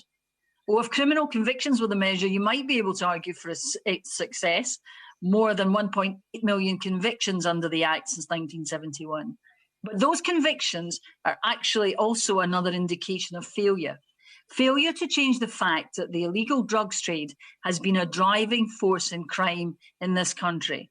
And if we look at the real impact in terms of lives destroyed and lost, it's clear that the belief in the Act was, although well-intentioned, misplaced. If we look just at Scotland, in 1969, with 244 drug deaths. In 2019, that figure was almost 1,300. But those are just numbers, and there are so many more. Heroin misuse has risen 25-fold. The UK drug-related death rate is 5 times the EU average. Scotland's drug-related death rate is more than 15 times the EU average. It's about so much more than statistics. It's about every life lost and family left desolate by the death of a loved one. Lives stamped out amidst an epidemic that is destroying and has destroyed futures every day for the past 50 years, and yet somehow seems to go unnoticed. My constituency is not immune from the problem. None of our constituencies, indeed none of our communities, no family can be sure it is safe from it. And in response to the honourable member who talked about the role of families, I do know parents who have worked hard to educate their children, spend time with them, talk about drugs, provide for them, create a good, stable family life for them. But that couldn't protect them. Yes, drug problems can be more prevalent in areas of deprivation, we know that, but not exclusively. We are all vulnerable. Recently, a mother in Scotland allowed the BBC to film the funeral of her son who died of an overdose of street Valium. Heartbreak was difficult to watch. His mother wanted his story to serve as a warning to others, to remind politicians of the grief caused by our common failure to tackle successfully the problem of drugs on our streets. She let us witness it. And what makes that failure worse is that there are examples close at hand of how it can be tackled. Portugal, for example, as we've heard, had one of the worst problems in Europe. In 1999, 1 in every 100 people there had a problematic drug addiction. The country's HIV rate was the highest in the EU. Then in 2001, they completely changed tack from criminalisation. Now if someone is caught with a personal supply, they receive a warning, a fine, or are referred to a multidisciplinary team of doctors, lawyers, and social workers. The rates of overdose deaths and drug-related crime plummeted, as did the HIV rate. It's clear what we need to do. Where prohibition has failed for 50 years, control and regulation can work. We need education, social action, health spending on projects designed to help, and I firmly believe we need to look at where the decriminalisation and regulation of drugs, specifically cannabis, has worked. More than 25 countries have decriminalised possession of some or all drugs. Cannabis has already been legalised and regulated for adult non-medical use in Canada, Uruguay, and 15 US states. Decriminalisation is supported by the World Health Organization. To take away the power that control of drugs has given the criminal world, to break the stranglehold of the gangs, we should reform, regulate and license, offer medical treatment to those found in possession, don't criminalise them. Recognise that this is a public health and economic problem. We've tried one way for 50 years, and it has failed. It has failed families up and down this country. It's time we tried another way. a better way. Your link, Angela Crawley. Thank you, Mr. Deputy Speaker. The Misuse of Drugs Act has damaged individuals, families, communities, and it's entrenched social injustice. The war on drugs has been lost. This government has failed. There is nowhere more evident of the problem with criminalisation than here in Scotland, when we consider the stark number of drug-related deaths. Rather than adopting a public health approach, this government ignores the possibility and has failed on an unprecedented scale. In Scotland, this is a public health emergency and it must be treated as such. This government has an opportunity on the 50th anniversary of this legislation to consider whether this legislation is still fit for purpose. This government wishes to take a hard line on the issue, but that simply isn't working. The introduction of safe consumption facilities to reduce public harm is one solution, but this government has blocked reform at every turn. The UK government is entrenching the problem by refusing to amend or replace this outdated legislation, and the Scottish Government, who wishes to follow in line with international best practice by decriminalising the use of drugs and introducing safe consumption rooms, is unable to do so. By comparison, Portugal ended the criminalisation of drug use 20 years ago. In this time, drug-related deaths have fallen and have remained below the EU average. The number of drug offenders in prisons has more than halved, and the drug injection-related HIV diagnoses have dramatically fallen. Does the Minister agree we should aim for a similar outcome in the UK? And if he does, when will he take action to make that happen? Mr. Deputy Speaker, the UK Government must now allow the Scottish Government to implement a range of public health focused responses, including the introduction of supervised drug consumption facilities, or devolve the power to the Scottish Parliament to do so. We are facing a public health emergency. This Act continues to fail too many families and too many have lost loved ones. You can change this. You must change this.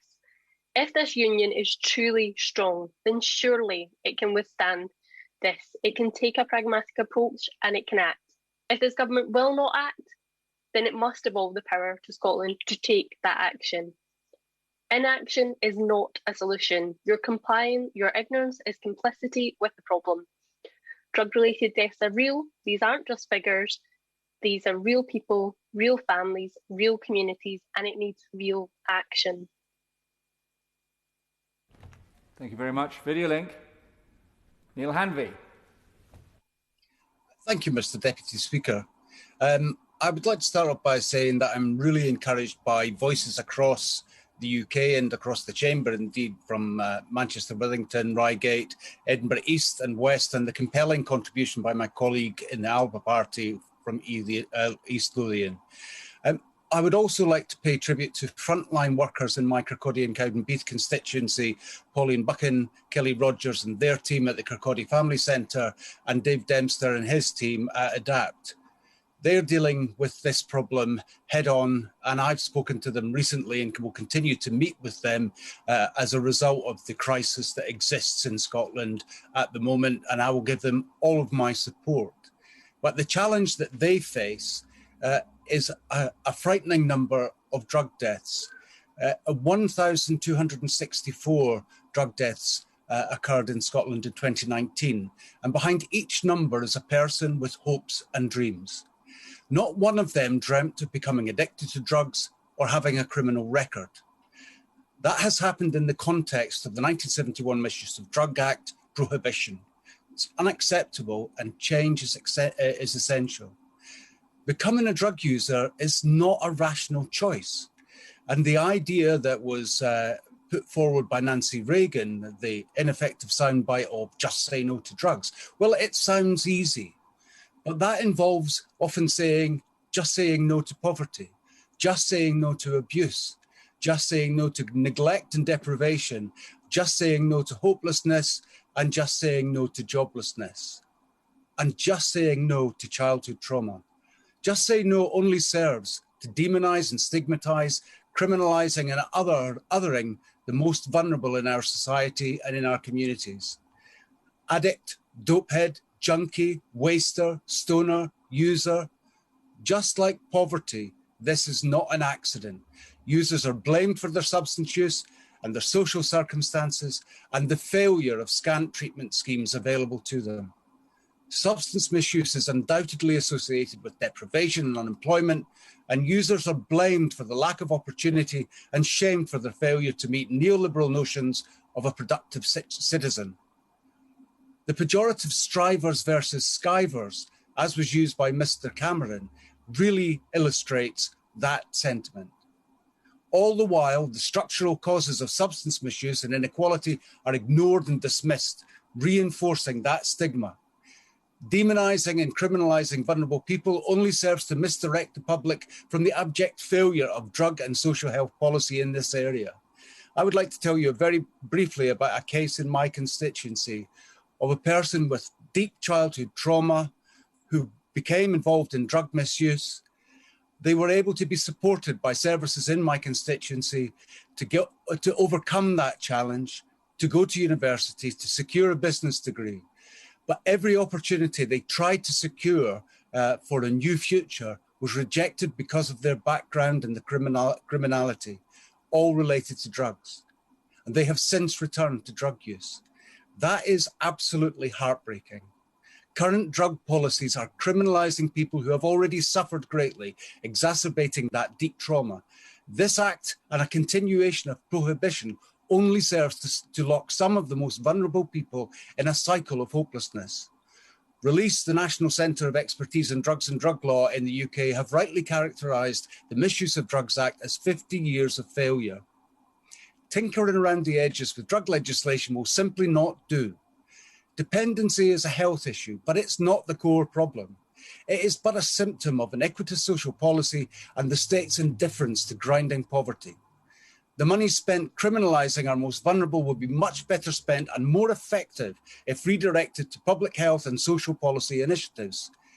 Devolving every lever required to adopt a public health approach to the Scottish Government is essential, and a failure to do so is a dreadful dereliction of duty.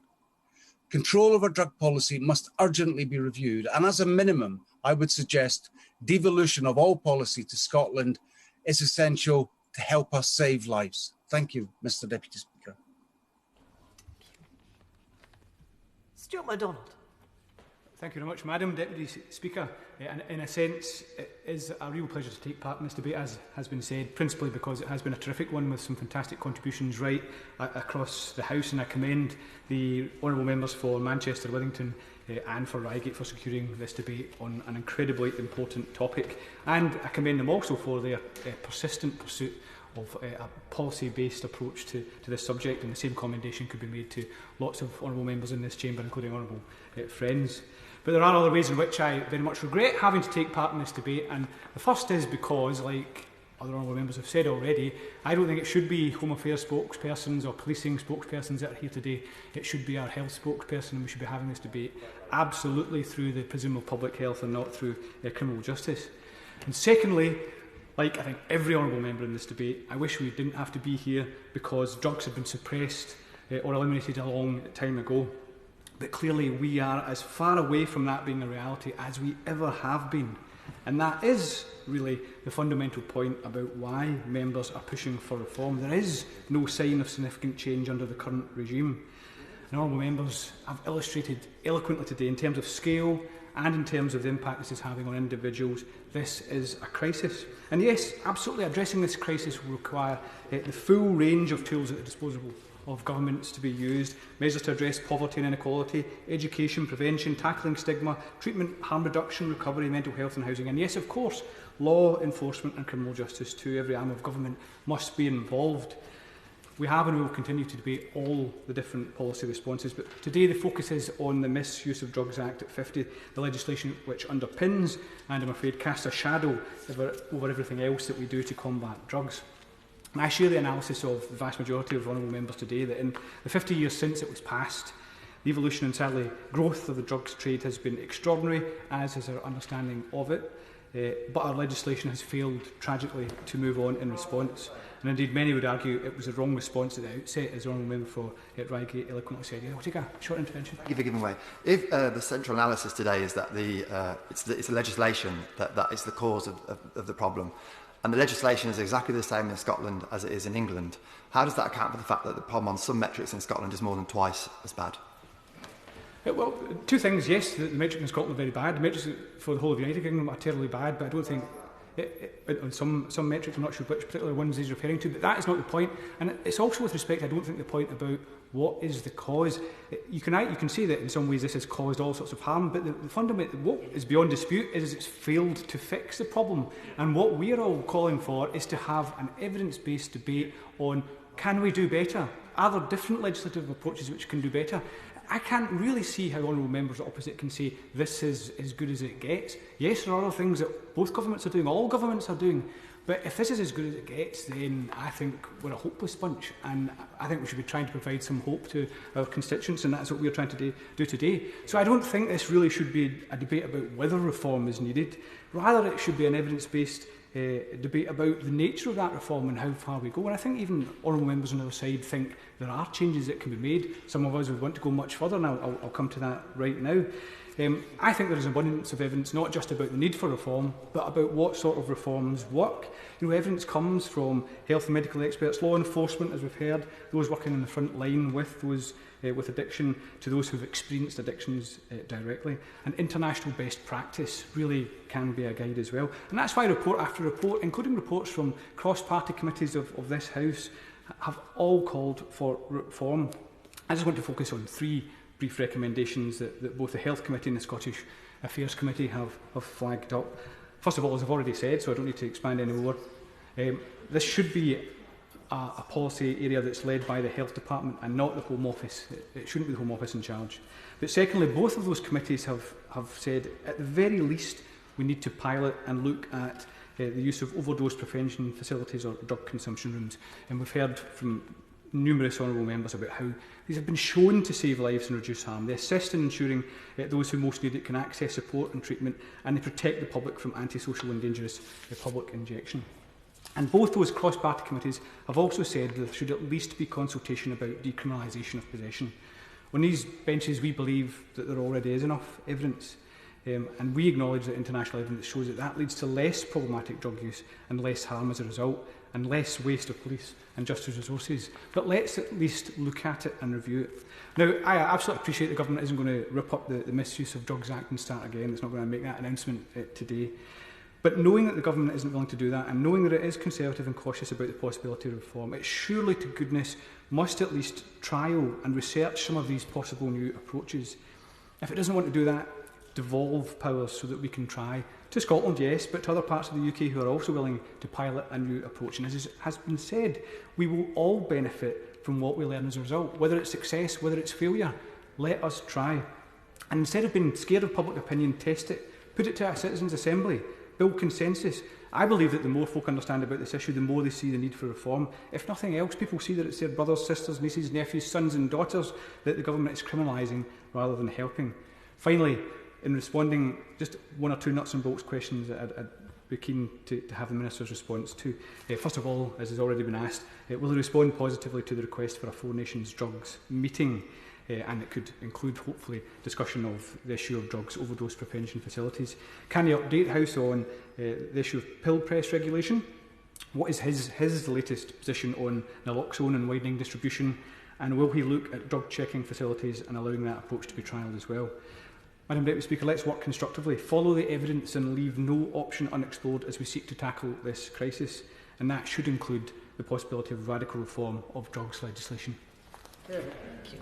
Shadow Minister Conor McGinn. Thank you, Madam Deputy Speaker. It's always a pleasure to follow the SNP spokesperson. Before I begin, Madam Deputy Speaker, in the last hour the Manchester bombing inquiry has published its first report, and while the findings no doubt will be debated, I think it's right and appropriate that we send our sympathy and our thoughts today from this House to the families and those who are bereaved, and indeed to the city of Manchester. And it's fitting that my honourable friend, who is such a tenacious campaigner on the issues we've discussed today, secured this debate along with the honourable gentleman from Reigate, and I congratulate them and indeed all members who have spoken in the debate this afternoon. I think it's been thought-provoking and impassioned, and I think the perspectives that we've had from those who've worked in the NHS or in the police, as well as colleagues with a long-standing interest in this area, has been hugely beneficial. We know that the issue of drugs, the wider causes and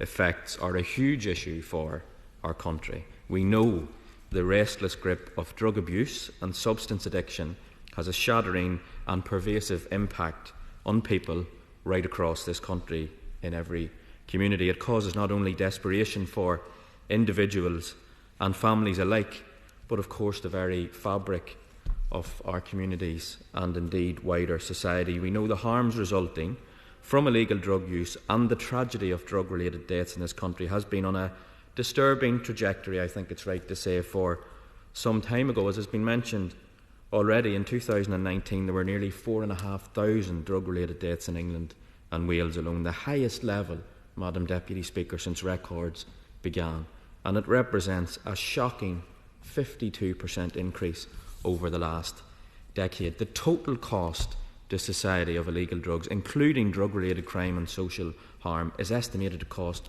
£20 billion, and the UK has one of the highest drug-related death rates in Europe. It's clear that we, as a country then, are not where we would want to, or indeed should be. And while this is an admittedly profoundly complex area, I'm afraid I'm duty-bound and obliged to say that the government's current strategy is failing badly.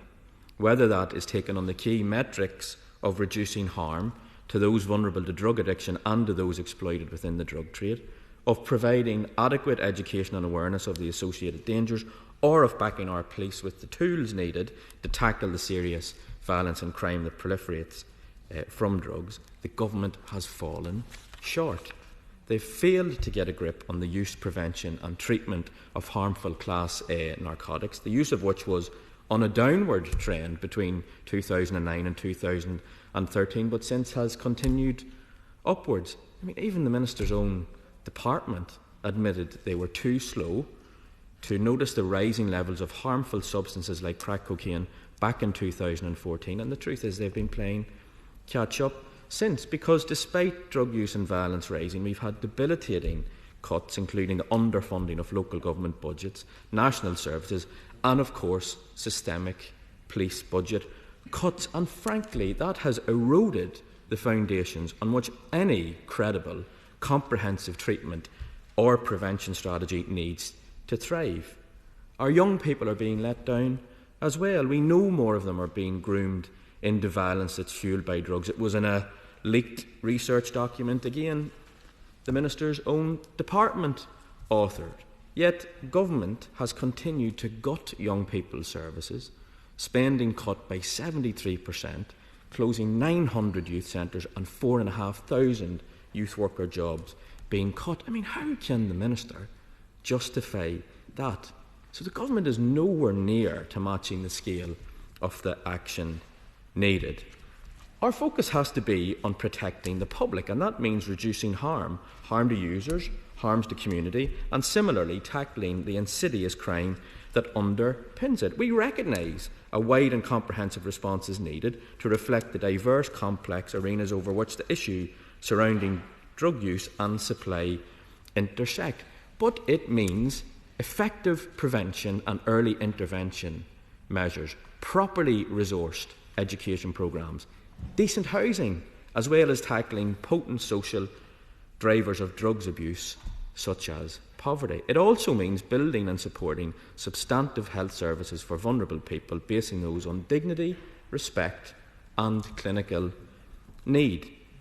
We also need a strong and robust enforcement policy, and it has to be critical to the approach that we take. We need to do more to disrupt and cut off the wider factors of drugs and serious and organised crime to prevent that exploitation, grooming and criminalisation, especially with regard to young people and the scourge of county lines. Now, the scale of that challenge is grave, and I don't underestimate it, to be fair to the Minister. There are approximately 600 county gangs operating in the UK. The Children's Commissioner estimates 27,000 young people in this country identify as gang members. I mean, that is an absolutely shocking and appalling figures. Murders where the victims are aged 16 to 24 are growing, and the figure has almost doubled in the last 5 years. Now, if we're serious about tackling this, we need to ensure the police and their partners are given the tools they need to carry out their work and have the services required to support it.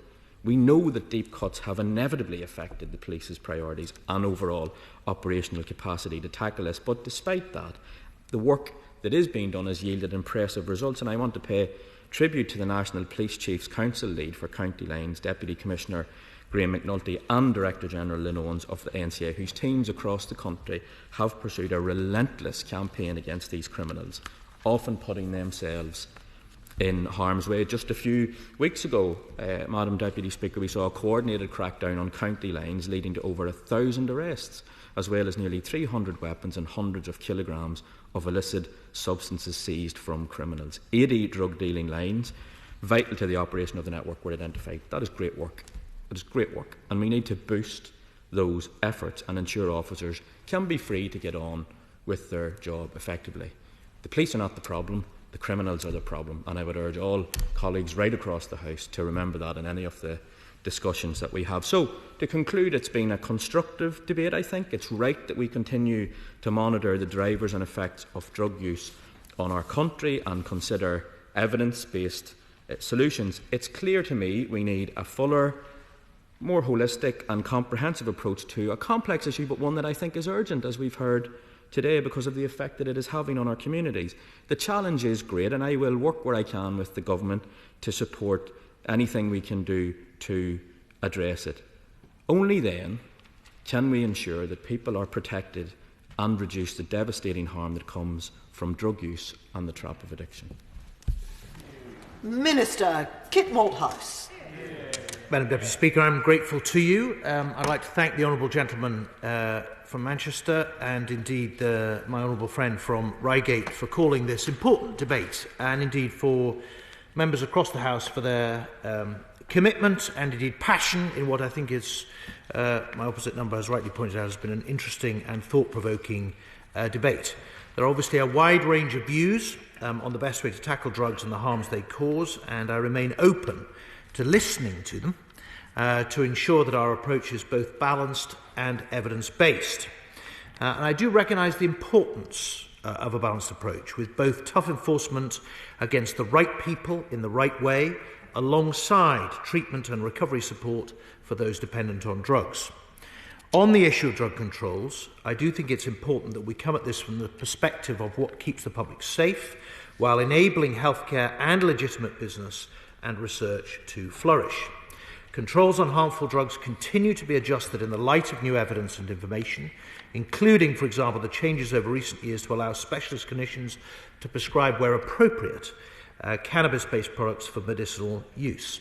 But please, Madam Deputy Speaker, make no mistake, drug misuse has a profound and tragic consequence that is felt right across society, and that can occur even in the official and regulated sector, as we've seen sadly in the United States with the opioid crisis. It devastates lives, communities and neighbourhoods, with the most deprived areas facing the highest prevalence of drug-driven crime and health harms.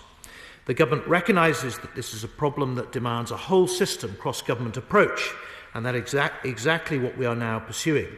The Home Office is working extremely closely with partners, including law enforcement, the Department for Health and Social Care, Public Health England and others right across government. Our activity in this area of policy is necessarily broad, but there are two key elements of the strategy that I'd like to emphasise. First, the use of targeted enforcement to restrict supply, and secondly, our focus on providing truly effective treatment and recovery services. This approach responds to the evolving threats and challenges that continue to emerge from drug misuse. This includes changing drugs markets, changing patterns of use, and an ageing and more complex group of people who need wide-ranging support to recover.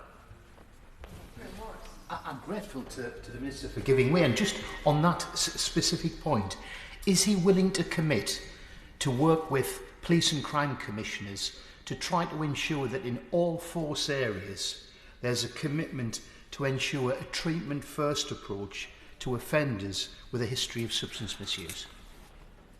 Minister. Well, Madam Deputy Speaker, I don't have to commit because that is exactly what we're already doing in 5 parts of the country. As the Honourable Gentleman may know, we have I instituted a series of projects going by the acronym ADDA in 5 areas of the country to build a new modus operandi around drugs, bringing police and crime commissioners and enforcement alongside health, local authority, housing and other therapeutic providers to see if we can shift those numbers in Blackpool, Hastings, Middlesbrough, Norwich and Swansea Bay.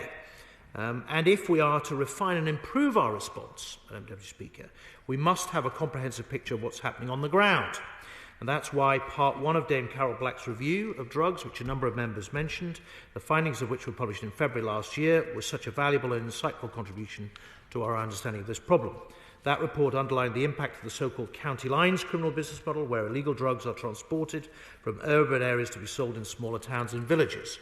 This is one of the most disturbing and pernicious forms of criminality to emerge in our country in recent years. As the Honourable Gentleman mentioned, we're making significant progress, which I'm going to talk about shortly. In July last year, the Department of Health and Social Care commissioned Part 2 of Dame Carol Black's review on drugs, focusing on prevention, treatment and recovery.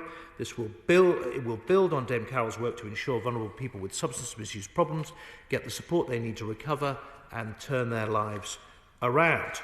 It's going to look at treatment in the community and in prison and how treatment services work with wider services that enable a person with drug dependency to achieve and sustain recovery, including mental health, housing, employment and the criminal justice system. In 2019, the government appointed Dr. Ed Day as the government's recovery champion to provide national leadership around key aspects of the drug recovery agenda and advise the government on where improvements can be made. His first annual report was published in January. When I've spoken to Dr. Day, he talks passionately about the importance of recovery and the work he's doing with a huge number of fantastic advocates in the sector, including people with lived experience of drug misuse who are celebrating being in recovery. It is very motivating to hear their stories and the extent to which recovery can provide hope and help people to turn their lives around. We also continue to work closely with the devolved administrations in Scotland, Wales and Northern Ireland to ensure drug misuse is tackled as a UK-wide problem. Following the UK Drugs Summit, which I called in Glasgow in February last year, in September the Minister for Public Health and I jointly hosted a meeting bringing together academics, experts and government ministers from across the home nations of the UK to discuss topics such as drug-related deaths, treatment and recovery services and the impact of the pandemic on illegal drug taking. The government remains committed to tackling the harms caused by drug misuse on a cross-UK basis, and I will I'm happy to confirm, be holding another such meeting in the autumn for all the home nations to discuss these matters further. But, yes, by all means. I'm grateful to the Minister giving way and welcome the fact that he's talking about the impact of harm. What's his assessment of a harm reduction model, and particularly that deployed in Portugal? Well, Madam Deputy Speaker, I'm just coming on to what we're doing about harm reduction. And as I said right in my opening remarks, I do think that should be at the forefront of our mind. Where we may differ, or where, I guess, opinions may differ across the House, is about the balance between enforcement and treatment and recovery in the mix of dealing with this very pernicious social problem. My view is that they do have to be balanced, and I'm not sure necessarily that the experience that we've seen around the world, for example, of decriminalisation is leading quite, or giving us quite the silver bullet that members have mentioned, but I'm going to come on to that in a minute.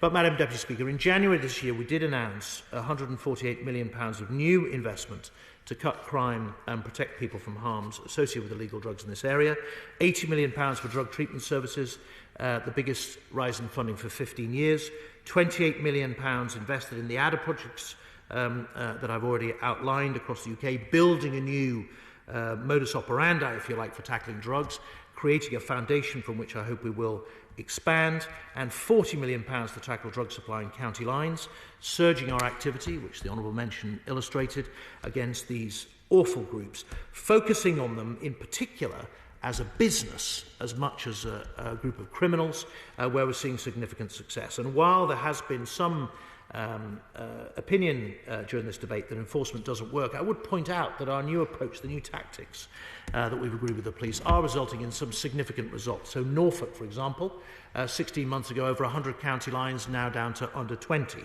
Bangor in North Wales declared county lines free, along with Swale and Tunbridge. Kent, I think, now halved the number of county lines moving drugs into that particular part of the world. So there's lots that we have done. Over 780 lines closed, 5,100 arrests, £2.9 million in cash seized, 1,200, importantly, 1,200 vulnerable young people safeguarded. This funding demonstrates our commitment in this area and the effect that we can have when we focus. Now, finally, Madam Deputy Speaker, I wanted to move, if I may, crave your indulgence, to deal with one or two of the particular issues that have been raised. The member for Reigate and I have been in ongoing correspondence and conversation about the impact on research of the legislation and the business that may come from it. He raised it during his speech. As he will know, particularly on psilocybin, there are already clinical trials underway into the use of that particular compound, and I'm hopeful that they will produce positive results. If they do, as we have done in the past, if there is a proven clinical and medical use, then obviously we'll have to adapt to that as we go. And I have commissioned the ACMD to look more widely at barriers placed in the way of clinical research in all sorts of areas of narcotic and other drugs to make sure that we're getting the balance right to enable that legitimate form of research and the health benefits that may come to be pursued. The member for Don Valley, in a very thoughtful speech, I thought, raised the issue of cannabis, and I would point him in particular. There's been quite a lot of calls for legalisation of cannabis to the Canadian experience, whereas he quite rightly identified, rather than legalisation producing a reduction, if you like, or an elimination of the illegal sector, in fact, that business, like any other business, has adapted to competition, producing a stronger product more cheaply, provided more conveniently, and still exists in Canada. Now, their experience will be monitoring it closely, obviously, and other areas where it's legalised. But as was pointed out during the debate, where in Amsterdam, where consumption has been liberal, shall we say, for some time, I'm not convinced that criminal gangs aren't still pursuing their trade. Finally, Madam Deputy Speaker, we've had a strong showing from the various factions of Scottish nationalism this afternoon during the debate, which is no surprise given the truly appalling numbers of drugs deaths that Scotland has seen over the last few years. And I'm not a man, and I've just been moved to anger very often, but I did find my blood boiling at being accused of intransigence, dereliction of duty, ignorance, when I literally went to Scotland 18 months ago to beg the Scottish Government to do something about this issue and spend more money on health. The whole point when I came into this job of immediately starting to convene a Four Nations drug summit was to focus on the real tragedy, the scandal, the emergency that there was in Scotland. And when the member for Glasgow says she imagines the number of people that might have been saved if the UK government's actions had been different, I'm amazed that she has the gall, given the numbers that could have been saved if the SNP hadn't sat on its hands for 10 years while the numbers mounted, and only a looming election saw them step up to their responsibility. So please look to the log in your own eyes before you look to those in others. Madam Deputy Speaker, the member for Crewe and Natwich, who has a unique experience and perspective on this, as both a former police officer and a doctor, showed us all the truth of this very complex situation, which is that there is no silver bullet. This is a complex area where government has a duty to listen, to look at the evidence, to consider what can be done both on enforcement and on public health to make sure that we try to minimise, reduce, remove this most pernicious of social evils from the areas of our society that are benighted by it. Jeff Smith. Thank you, Madam Deputy Speaker. Can I thank the Minister for his response? I'm pleased that he is open to listening on this issue, and my good friend from St Helens North and the SNP spokesperson for their contributions. Although I agree with the SNP spokesperson that it's regrettable that it's those three individuals rather than health representatives that should be responding to a debate on drug policy. We await the second report of the Carol Black Review, and the first report sets out very significant problems very well. But the government were very clear that she was not able, in the remit that she was given, that she's not able to look at legislative change. And I think that's regrettable. because I agree with the Minister, actually, there is no silver bullet. This is a complex issue. And all I've been saying, really, and all most people are saying, is let's look at the evidence. Let's review this Act. Let's see if it's still fit for purpose. And I personally don't think that is too much to ask.